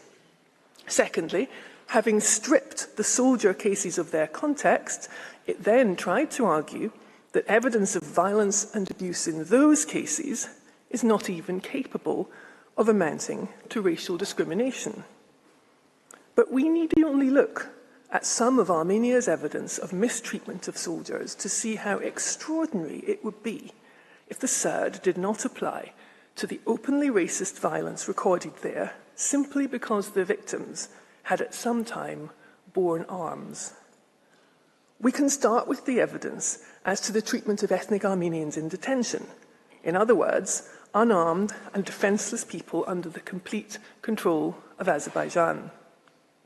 The court has the interviews at Annex 291 to Armenia's memorial, in which every single one of the ethnic Armenian detainees who was eventually released describes how, during their time in detention, they were physically mistreated and abused.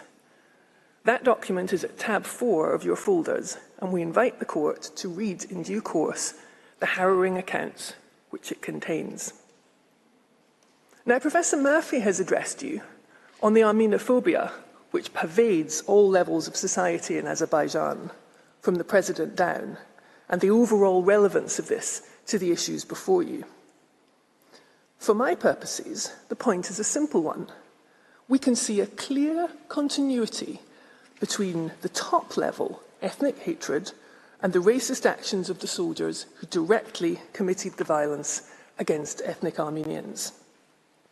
To take an example, as Professor Murphy has already discussed, President Aliyev has repeatedly used rhetoric which dehumanizes Armenians, referring to them as animals and, in a favorite trope, dogs, a derogatory slur which Azerbaijan itself acknowledges in its written pleadings has a, quote, possible ethnic dimension. That rhetoric, in turn, is used by its Ministry of Defense, which announced the production of military drones emblazoned with the words Iti Kovan, or dog chaser, in Azerbaijani. And we then see the racist rhetoric of Armenians as dogs or animals, along with similarly dehumanizing language, being used by Azerbaijani servicemen as they commit atrocities against ethnic Armenians. The racism is overtly expressed and in many cases proudly captured on film and broadcast to the world on social media, incidentally also shining a light on the sense of impunity enjoyed by the perpetrators, and rightly so, given Azerbaijan's dismal record of prosecuting such atrocities. So we have in the record, for example, a video capturing a soldier shooting a dead ethnic Armenian from behind, saying, "They are not human beings." A video capturing an Azerbaijani soldier walking over the dead bodies of ethnic Armenians, again, the soldier saying, "They are not human beings." A video showing a bloodied ethnic Armenian civilian with his arms tied behind his back, while an Azerbaijani soldier calls him a mangy jackal and says, "We will persecute you all like dogs, all of you," and claims they are jackals, not people. A video capturing a large group of Azerbaijani soldiers listening to their commander giving a speech while cutting the ears off a dead ethnic Armenian and claiming that Armenians are sons of dogs and that I came here for one purpose, for cutting off the seeds of these immoral people to take revenge. A video showing a group of Azerbaijani servicemen hitting and punching an ethnic Armenian and stating, "You son of a dog." And how is this son of a dog speaking? As the ethnic Armenian pleads with his captors and refers to them as brothers, one of them responds, "What brother, you immoral son of a dog? Since when did I become your brother?" A video showing the bodies of killed ethnic Armenian soldiers being collectively buried by an excavator, while the Azerbaijani soldier filming states, "See, these are Armenian dogs." We also have a video showing Azerbaijani soldiers cutting off the ears of 2 dead ethnic Armenians while claiming that they, quote, "will eliminate their race." It takes some imagination not to see that as a racist incident.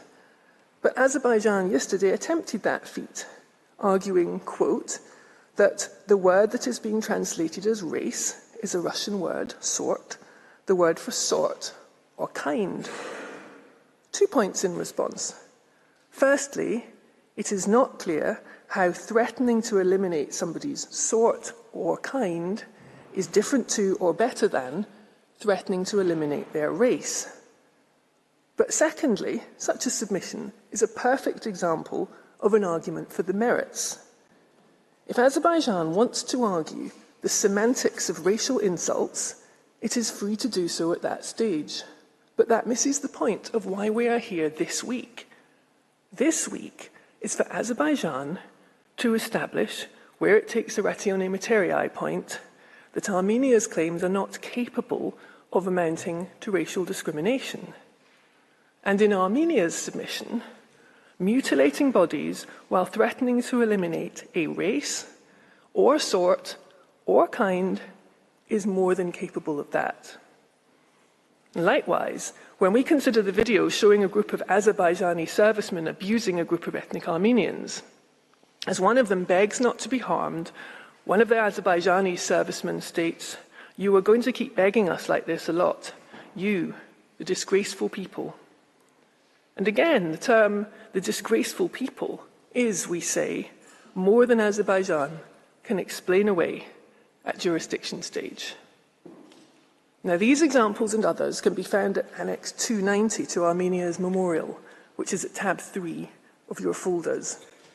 And if we go back to the testimony of released ethnic Armenian prisoners of war, the types of abuse we have just seen are entirely consistent with their accounts, which include one person who recounted how he was beaten, called an animal, and humiliated, including by being forced to, quote, make different loud animal noises, and forced to, quote, sing some Armenian songs and dance while they videotaped us. One person who recounts how the guards would bang his head on the wall while he was handcuffed and blindfolded, calling him a dog, all along mocking and laughing at me. Another former detainee who states that his legs had been injured during the war and that for 7 days he had been crawling, dehydrated and starving, when he was captured by Azerbaijani soldiers.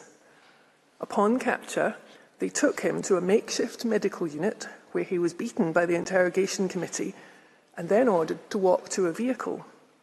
When he told them he could not walk, one of the Azerbaijani soldiers, quote, told me to crawl like a dog and bark on the way. Shocking as this evidence is, we do not cite it in order to shock. We cite it because it is being said against Armenia that all this was merely, quote, evidence of hostility and tension between the armies of Azerbaijan and Armenia during armed conflict, or, quote, the hostile rhetoric common in times of war. Now, Azerbaijan can make those arguments at the merits stage if it chooses. But the court's task for now is to look at Armenia's claims, look at the evidence, and say, is this capable of amounting to racial discrimination? Can Armenia really draw a bright line between the abuse of civilians, where it concedes your jurisdiction, and the same things being said and done to soldiers? Not soldiers in combat, but unarmed, wounded, frightened, and under the complete control of Azerbaijan. Can it really, on the one hand, concede that a term like dogs has a, quote, possible ethnic dimension, and still say that you have no jurisdiction where people are tortured by Azerbaijani soldiers using that very term? Azerbaijan's attempts to say that none of this is even capable of breaching the CERD are further undermined by the scrutiny of several international actors. The CERD committee itself, as you've seen, has stated that it is deeply concerned about allegations of severe and grave human rights violations committed during the 2020 hostilities and beyond by Azerbaijani military forces against prisoners of war and other protected persons of Armenian ethnic or national origin, including extrajudicial killings, torture, and other ill treatment and arbitrary detention. This is in your folders at tab 2. Now, a strongly worded assessment, of course, seriously undermines Azerbaijan's claim that any animosity was based on purely national grounds. And as Professor Murphy has explained, the CERD committee cannot be dismissed as irrelevant, as Azerbaijan seeks to do. nor can the European Court of Human Rights, which shares the Third Committee's concerns. In a series of cases against Azerbaijan, it has called for investigations into whether, quote, ethnic hatred had contributed to the abuse of ethnic Armenians. Azerbaijan yesterday gave the example of a person detained for an unauthorized border crossing as a case where Armenia would have to show, quote, something other than mere collateral or secondary effects on ethnic Armenians. Sadly, just such an example is the case of Manvel Sarabekyan, a 20-year-old ethnic Armenian civilian who was captured by Azerbaijan while searching for stray cattle and firewood in the forest, and who was later found dead in his jail cell. The court held that his treatment involved very serious and cruel suffering, and that it was carried out intentionally on a detained person under the exclusive control of the authorities. Again, the court further noted that such circumstances called for an investigation as to whether ethnic hatred had been a contributing factor. Now, in its written observations, Azerbaijan misleadingly tries to minimize the impact of this type of observation in multiple cases by the European Court of Human Rights by arguing that the court, I quote, did not find a violation of ECHR Article 14, which prohibits discrimination.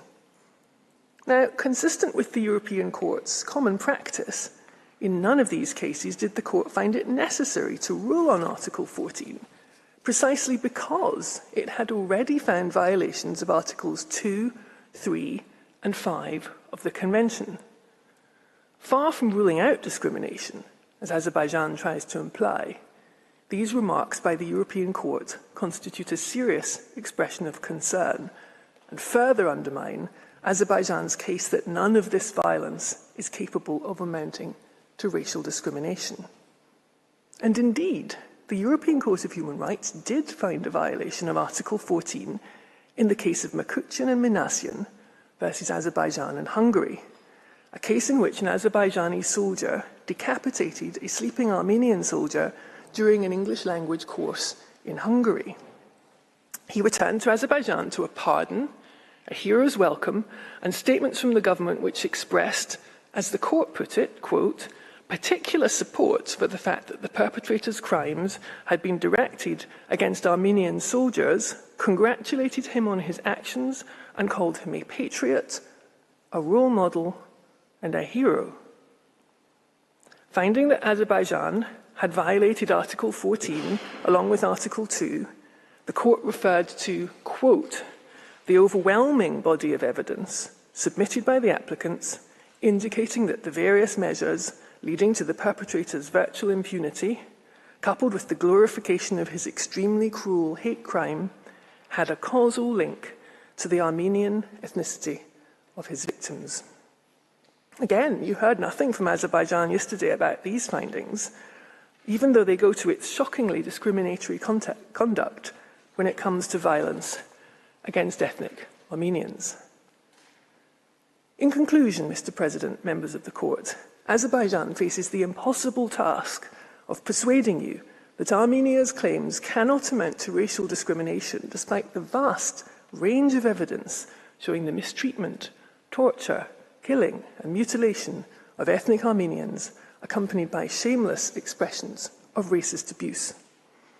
Azerbaijan's case now rests on the proposition that such treatment, when directed at defenceless, unarmed soldiers under the control of Azerbaijan's armed forces, does not engage the Surd, although the same treatment does engage the Surd when the victim is a civilian. Armenia urges the court not to draw such an unprincipled distinction.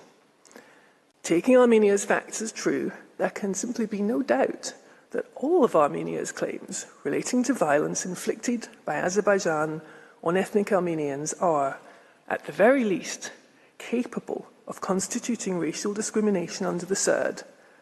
Indeed, if proven, it is hard to imagine more flagrant breaches of the Convention and of the values which it enshrines. So Armenia respectfully submits that these claims can and must proceed to the merits. Mr. President, that concludes my submissions. I thank the court for its attention and invite you to call upon Mr. Klingler. I thank Ms. Alison MacDonald for her statement. I now invite Mr. Joseph Klingler to take the floor. You have the floor, sir.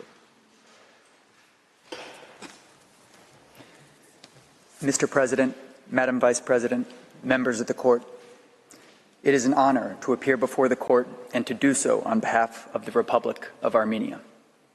It is my task to address Azerbaijan's objection concerning Armenia's claims of arbitrary detention. As explained by Professor Darjan, at this stage of the proceedings, in order to find jurisdiction over Armenia's claims, the Court need only determine whether the acts complained of are capable of constituting breaches of the CERD. In so doing, the Court does not weigh the evidence, but instead accepts the acts complained of as true. Azerbaijan does not dispute that arbitrary detention, when carried out on the basis of ethnicity, is prohibited under Articles 2 and 5A of the CERD.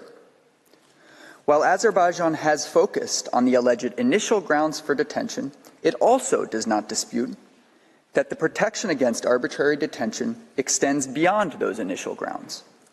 Such protection covers all stages of the judicial process, from the initiation of judicial proceedings, arrest and detention, through to trial and judgment, sentencing and punishment.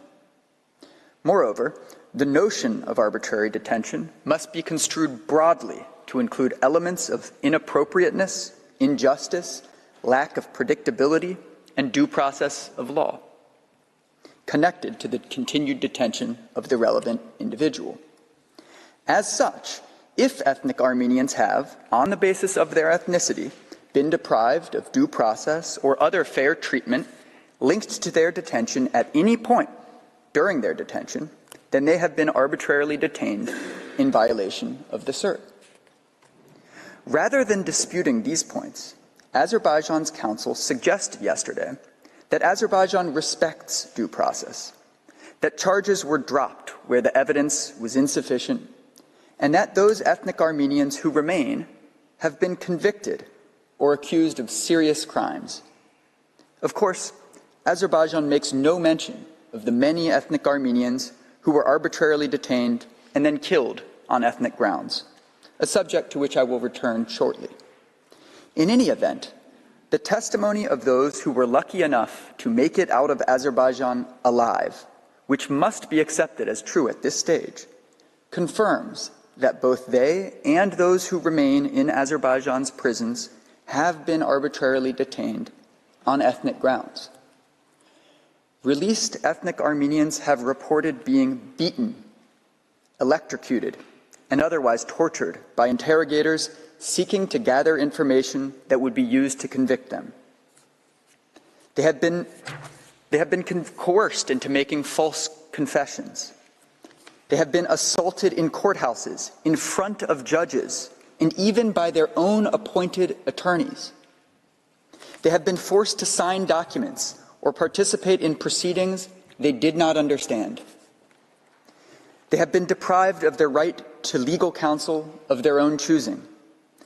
They have been deprived of their right to call or examine witnesses, of their right to be provided with relevant documents or evidence, and of their right to be provided with interpretation or translation. Consistent with the arbitrary nature of their detention, detainees have also been handed down radically different sentences despite being captured in the same conditions, at the same place, and at the same time.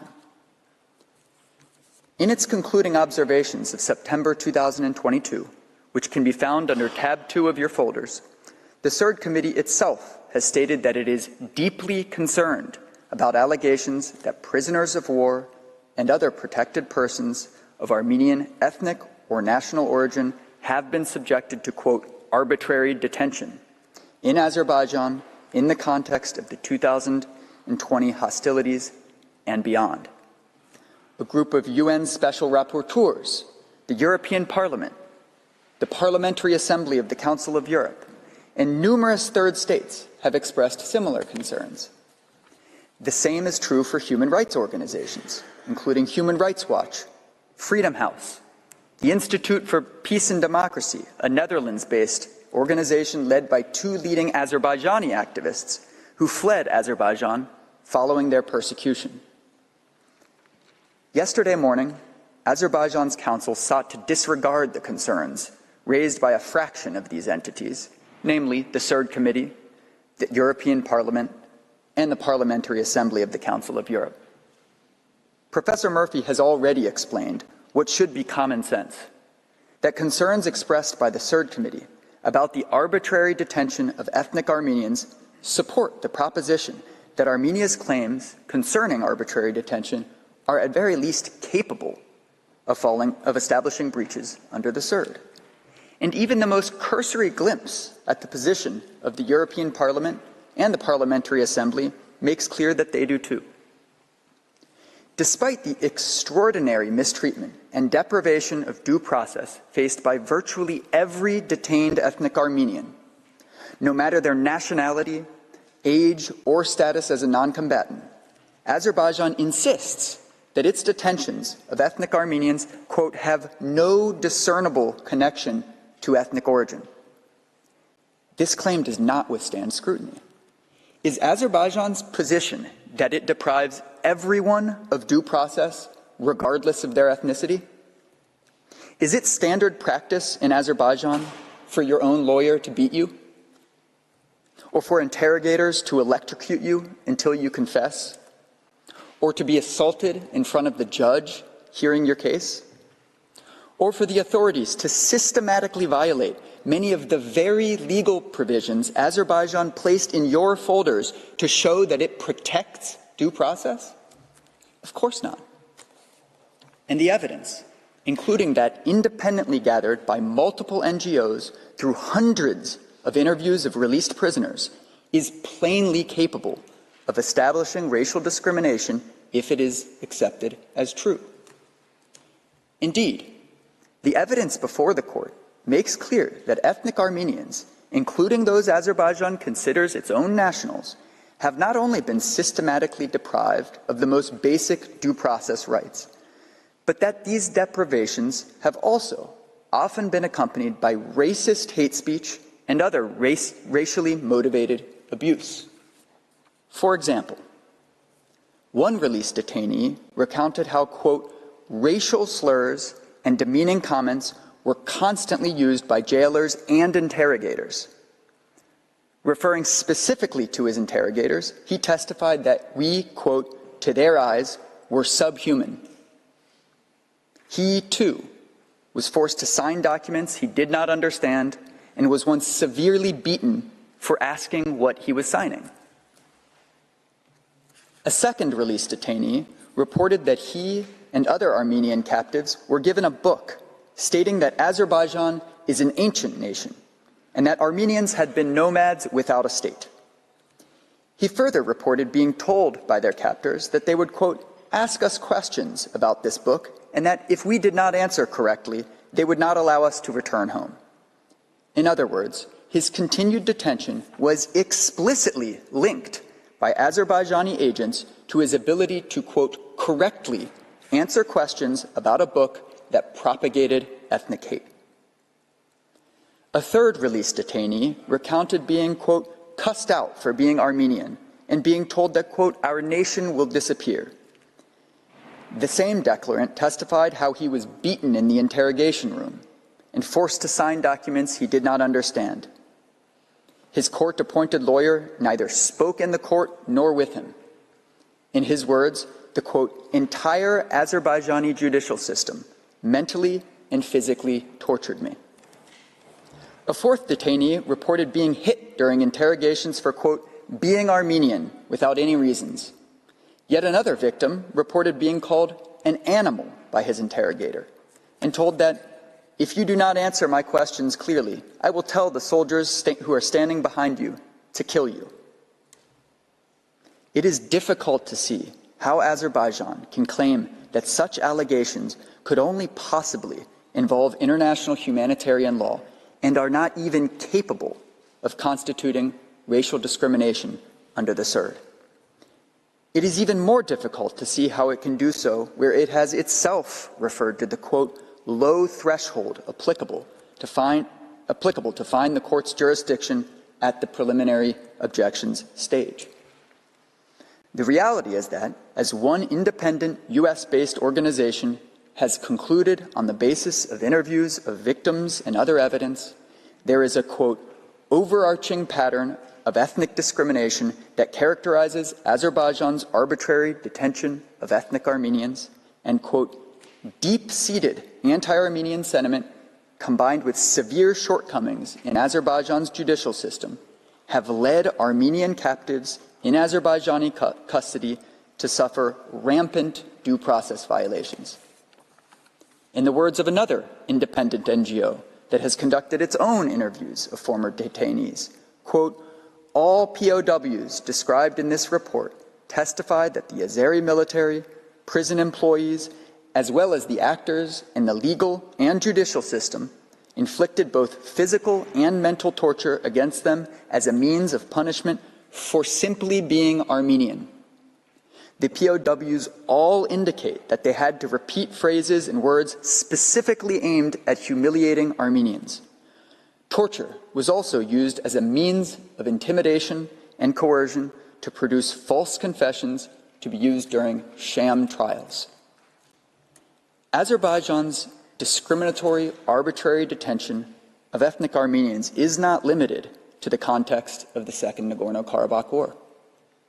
As explained by Ms. MacDonald, even before 2020, the European Court of Human Rights not only found Azerbaijan to have arbitrarily detained ethnic Armenians in violation of Article 5 of the European Convention on Human Rights, which protects the right to liberty and security of persons, but also raised concerns about whether, with respect to mistreatment of such Armenians, quote, ethnic hatred had been a contributing factor or, quote, played a role. It is therefore misleading for Azerbaijan's counsel to suggest, as it did yesterday, that the European Court did not consider whether the detentions were based on the ethnic origins of the persons concerned. And it was simply false for Azerbaijan's counsel to claim, as it did, that the detainees in question, all of whom were civilians, were somehow nonetheless prisoners of war. Indeed, the European Court itself found that Azerbaijan had not met its burden in that regard.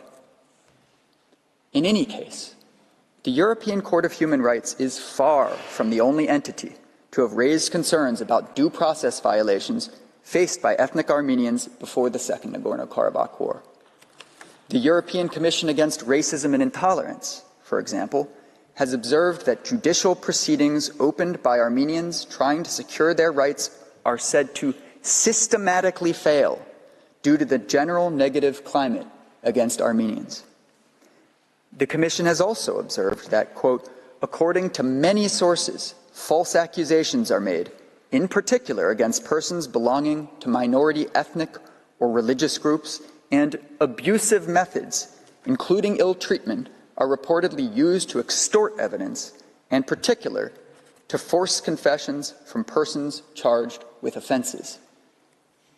In such circumstances, it is impossible to see how, in Azerbaijan's words, there could be, quote, no evidence that any Armenian was detained on the basis of ethnic origin.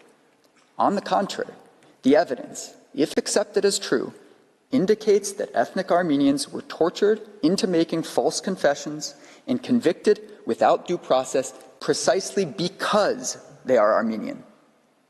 Such conduct is plainly capable of breaching the CERD. Moreover, even if Azerbaijan also arbitrarily detained ethnic Armenians for reasons other than race, such as hatred for an enemy belligerent, or to use them as political bargaining chips, Azerbaijan's argument still fails. As my colleague Professor Darjan explained, a discriminatory measure based on a prohibited ground may simultaneously have other objectives and still be capable of constituting a breach of the CERD. The evidence before you, if taken as true, demonstrates due process violations carried out on the basis of the victim's Armenian ethnicity, regardless of whatever other motives might be present. As such, they are capable of constituting breaches of the CERD. In the alternative, Azerbaijan's assertion that the detained ethnic Armenians in question were, quote, either captured during active hostilities or were detained as a result of their suspected illegal activity presents a dispute over the facts that cannot be resolved at this preliminary stage. I have two observations in this regard. First, anyone, quote, captured during active hostilities should have been released upon the conclusion of those hostilities, consistent with the trilateral statement between Armenia, Azerbaijan, and the Russian Federation, and with Azerbaijan's obligations under international humanitarian law. But it is well known that Azerbaijan has continued to arbitrarily detain ethnic Armenians long after the conclusion of the Second Nagorno-Karabakh War. Second, there is no legitimate basis for believing that any of the detained ethnic Armenians actually violated Azerbaijani law. As explained by one expert on such law with respect to the convictions of 14 Armenian prisoners of war, the, quote, evidentiary foundation stated in the verdict is insufficient and incomplete. The defendant's guilt was not proven. The doubts were not used in their favor at the trial. And the court's verdict is unlawful and unjustified. The shameful trial and conviction of Vikin Yuljechian is illustrative of Azerbaijan's discriminatory subjection of ethnic Armenians to arbitrary detention. Mr. Yuljechian, a civilian, was arrested on 10 November 2020 while he was driving from Lachin to Shushi to gather his belongings. He was later charged with a number of crimes, including participating as a mercenary in a military conflict or military operation. Pursuant to Note 2 of Article 114 of Azerbaijan's Criminal Code, a person may qualify as a mercenary only if he or she is not a national of a state participating in the armed conflict. Yet even though Mr. Yuljechian was a dual Armenian-Lebanese national, and even though Azerbaijan has repeatedly been made aware that he has Armenian nationality, including before this court, Mr. Yuljechian was convicted of serving as a mercenary and remains in prison today. The only plausible explanation is that Mr. Yuljechian, who was tortured into falsely confessing to a crime that requires him not to have been an Armenian national, was in reality detained and convicted because of his Armenian ethnicity. Again, in the words of a legal expert on Azerbaijani law, quote, not a single document contains the accused's evidence of guilt, and yet Yuljechian was convicted even though constitutional provisions, quote, mandate the state to guarantee equality of rights and freedoms for all before the law and courts. Azerbaijan's ethnic motivations are particularly apparent from its detention and mistreatment of elderly and disabled ethnic Armenians who could not possibly have posed a threat or illegally crossed the border into Azerbaijan's territory. According to Amnesty International, older people who stayed behind in towns or villages were arbitrarily detained, and many faced torture or other ill treatment in detention. Human Rights Watch has similarly reported on what it describes as credible allegations regarding the unlawful detention of elderly civilians by Azerbaijan. Mr. Eduard Shakeldian, for example, was a 79-year-old ethnic Armenian who was detained by Azerbaijani forces in his home in October 2022 and taken to a prison in Baku where he died to, quote, injuries to the head. As an ethnic Armenian who resided in Nagorno-Karabakh, Azerbaijan purports to have considered Mr. Shakeldian an Azerbaijani citizen. Yet as explained by Human Rights Watch, even though there was, quote, no evidence that he posed any security threat and he did not participate in the hostilities, Mr. Shakeldian was not only arbitrarily detained, but murdered in detention.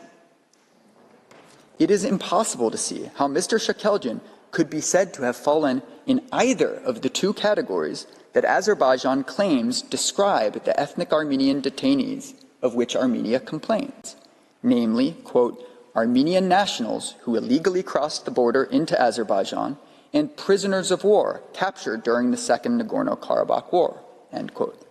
On the contrary, as a resident of Nagorno-Karabakh, whom by Azerbaijan's own admission it considered a citizen, Mr. Shekeljan could not have illegally crossed the border into Azerbaijan. And as a 79-year-old non-combatant, he was most certainly not a prisoner of war. Numerous other elderly ethnic Armenians suffered similar fates.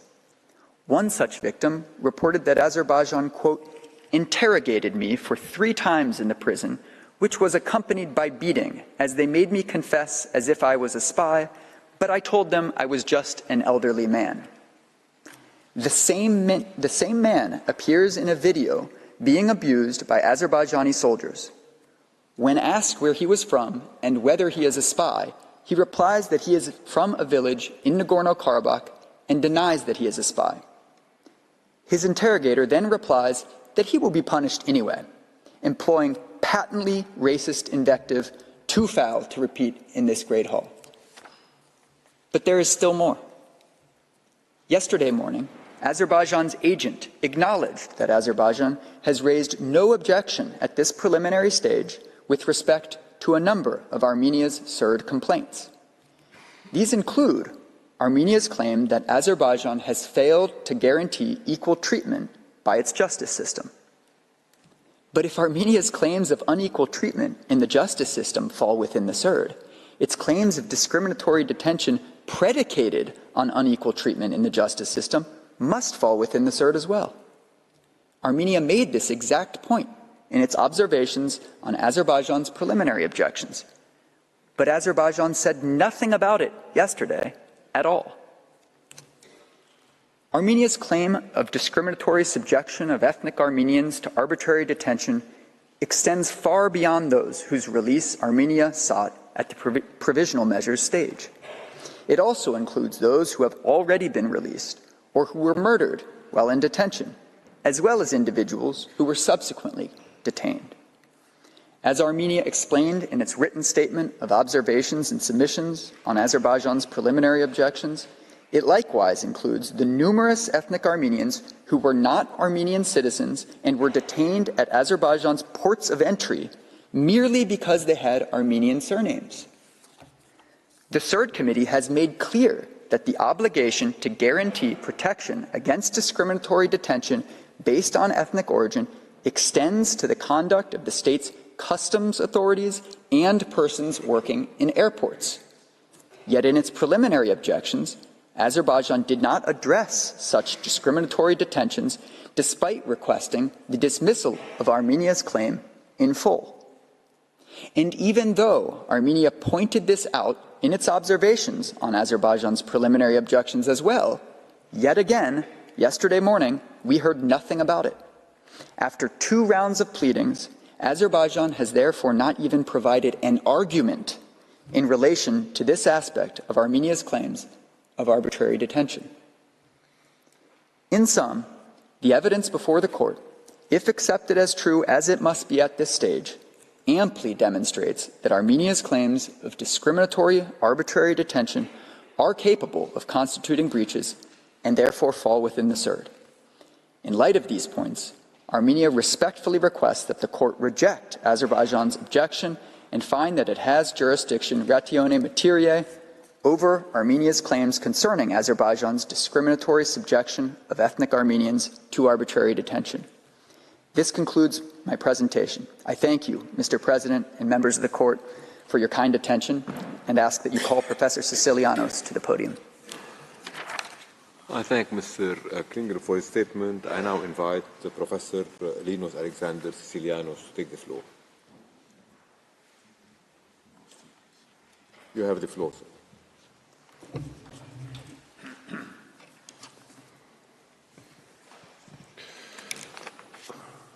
Mr. President, distinguished members of the court, it is an honor to appear before the court today and to do so on behalf of the Republic of Armenia.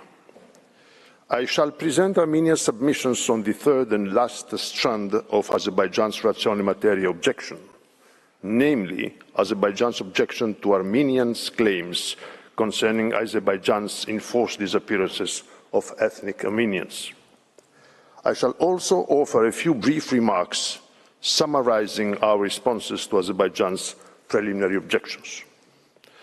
At the outset, in its preliminary objections, Azerbaijan did not dispute that the prohibition of enforced disappearances falls within the broad and non-exhaustive guarantee of equal enjoyment of all human rights under Article 5 of the CERD.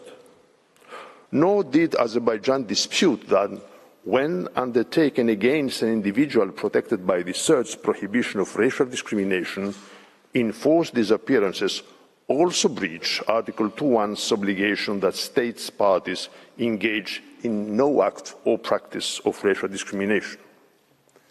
In her presentation yesterday, however, Professor Boisson de Chajourne seemed to depart from this approach. She said that the issue of enforced disappearance is the object of a specific UN instrument, and thus it does not fall within the scope of the Convention. With all due respect, may I observe that enforced disappearance is an important aspect of the right to life, which is a fundamental right under Article 5 of CERD.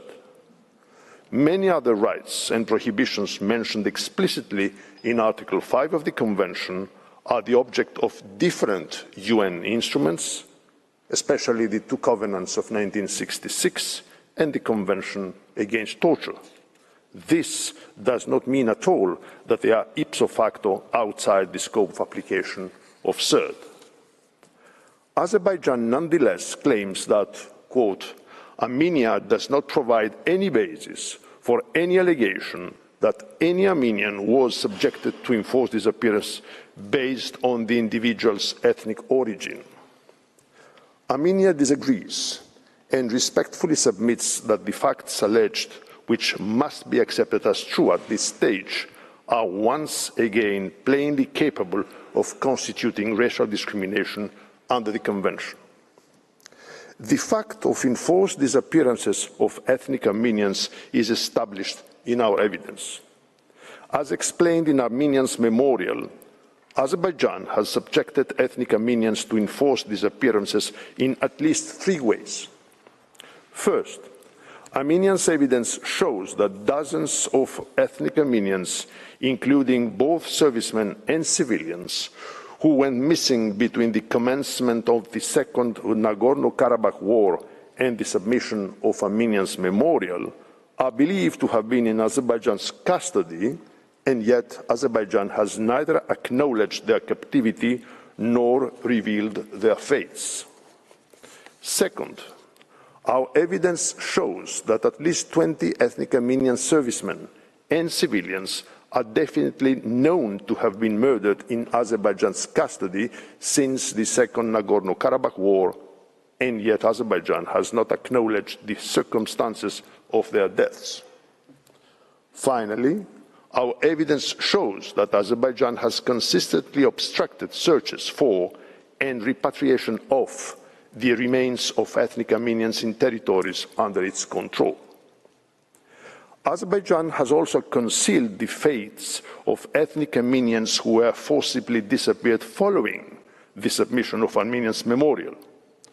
No fewer than 11 ethnic Armenian servicemen remain missing as a result of Azerbaijan's attack on Nagorno-Karabakh in September 2023. Numerous independent bodies have expressed serious concern in this respect. The CERD Committee, for example, has called upon Azerbaijan to conduct investigations into allegations of enforced disappearances of protected persons of Armenian ethnic or national origin. Similarly, the UN Working Group on Enforced or Involuntary Disappearances, the UN Special Rapporteur on Torture, and the UN Special Rapporteur on Extrajudicial Executions have expressed their alarm at allegations that, quote, prisoners of war and other protected persons have been subject to extrajudicial killings, enforced disappearances, and torture. And the European Parliament has found that there are, quote, credible reports, including video footage, that Armenian prisoners of war and other detainees have been subjected to enforced disappearances, and that the fate and whereabouts of hundreds of Armenians, including civilians, remain unknown. Many other independent observers have expressed similar concern. Armenians' evidence amply demonstrates that Azerbaijan's enforced disappearances of ethnic Armenians are based on ethnic origin and therefore capable of constituting breaches of the cert. To begin with, Azerbaijan has forcibly disappeared ethnic Armenians whom it considers to be Azerbaijani citizens. Human Rights Watch, for example, has reported on the enforced disappearance and eventual murder of a 44-year-old ethnic Armenian civilian in Hadrut, Arsen Garakanyan, who was once in Azerbaijan's custody.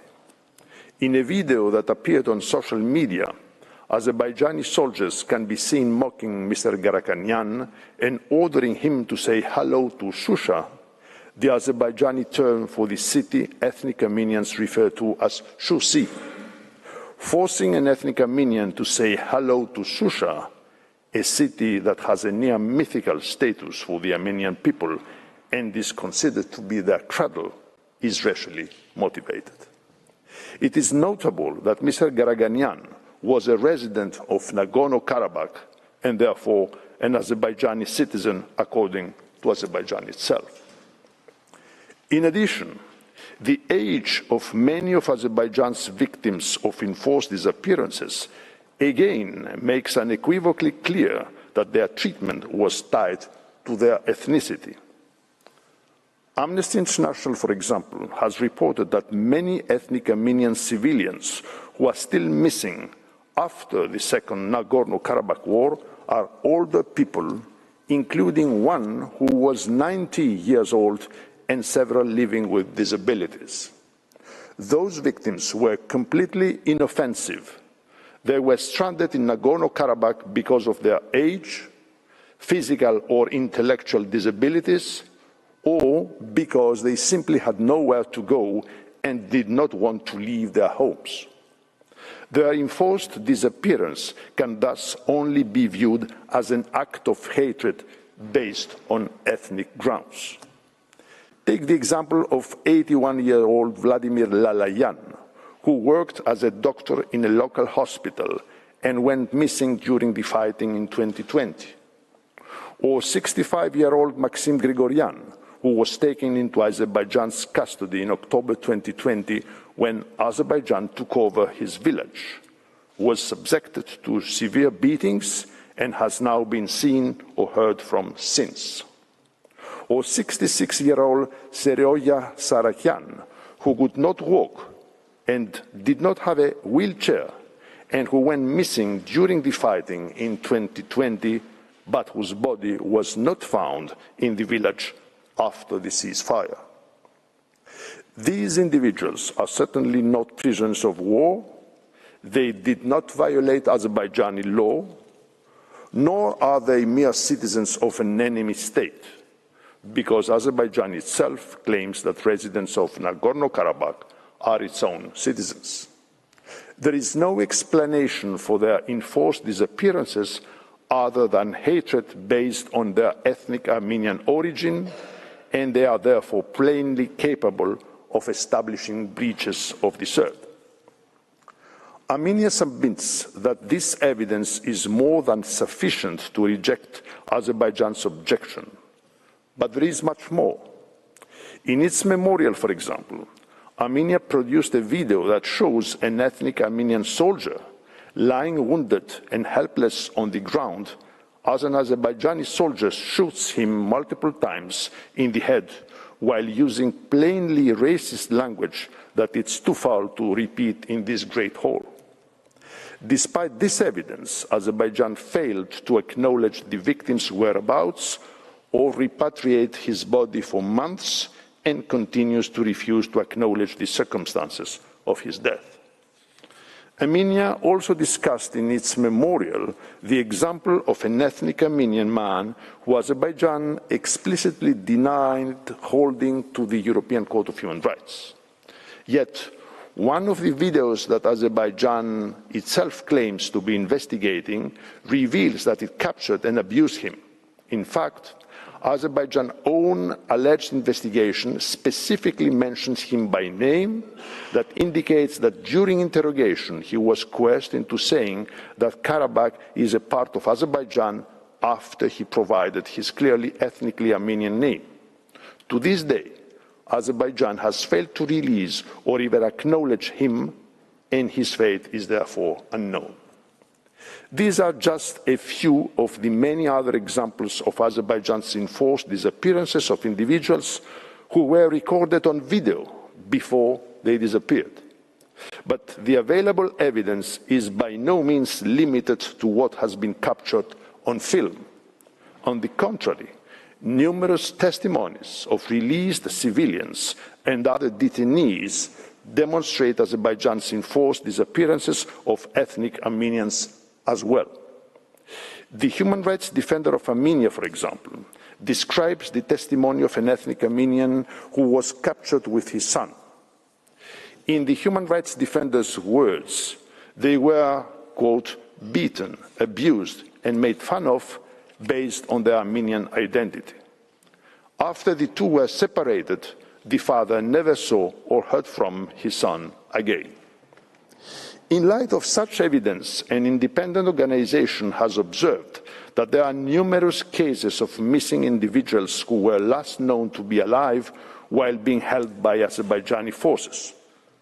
It further concluded that, quote, the government of Azerbaijan is engaging in a pattern of behavior that condones, facilitates, and directly perpetrates enforced disappearances, and that there is a, quote again, overarching pattern of ethnic discrimination that characterizes Azerbaijan's enforced disappearances of ethnic Armenians. Yesterday, we heard from Professor Boisson de Sajourn that Azerbaijan repatriated around 2,000 bodies to Armenia. Assuming, arguendo, that this number is accurate, the fact remains that the fate of many individuals who were last known to be in Azerbaijan's custody is unknown to date. For these reasons, Armenia respectfully requests that the court reject Azerbaijan's objection and find that it has jurisdiction ratione materiae over Armenians' claims concerning Azerbaijan's discriminatory subjection of ethnic Armenians to enforced disappearance. Mr. President, members of the court, I will conclude with a few words summarizing our overarching responses to Azerbaijan's preliminary objections.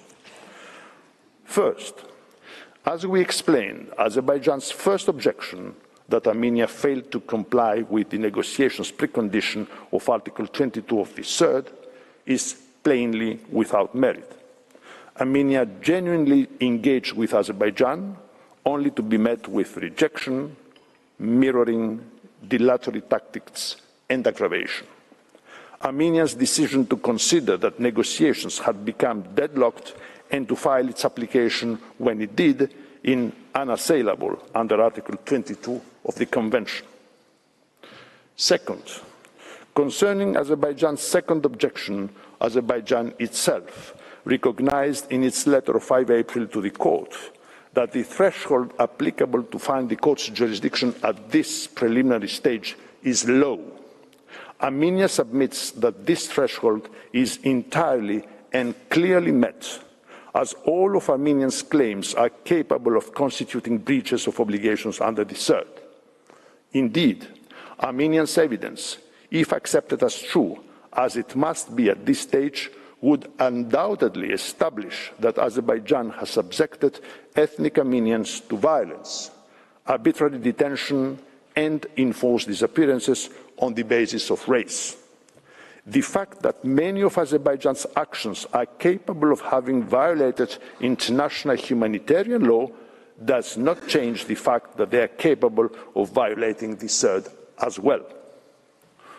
Honourable judges, upholding Azerbaijan's objection at this stage would effectively allow Azerbaijan to claim that all the treatment it inflicted on ethnic Armenians in recent years had nothing to do with their ethnic origin, as it claimed no fewer than 8 times in its preliminary objections. In light of the tenuous situation between the parties, of which the court took note even before the terrible events of September last year unfolded, and which continues to exist, upholding Azerbaijan's second preliminary objection would also have the very unfortunate effect of emboldening Azerbaijan's action. I therefore very respectfully invite the court to consider the possible consequences of a judgment finding that the murder, torture and mistreatment, detention or enforced disappearances of ethnic Armenians are incapable of falling within the scope of the Convention. I thank the court for its kind attention. This concludes the first round of arguments by Armenia on Azerbaijan's preliminary objections. Thank you very much, Mr. President. I thank Professor Silianos, whose statement is sitting to a close. The oral proceedings in this case will resume tomorrow, Wednesday, April 17 at 4:30 p.m., when Azerbaijan will present its second round of oral argument. At the end of that sitting, Azerbaijan will present its final submissions. Armenia will present its second round of oral argument at a sitting on Friday, 19 April at 10 a.m., at the end of which it will also present its final submissions. Each party will have a maximum of 1.5 hours to present its arguments for the second round. I would like to recall that in accordance with Article 60, Paragraph 1 of the Rules of Court, the oral statements of the second round are to be as succinct as possible. The purpose of the second round is to enable each of the parties to reply to the arguments put forward orally by the opposing party. The second round must therefore not be a repetition of the statements already set forth by the parties, which moreover are not obliged to use all the time allotted to them.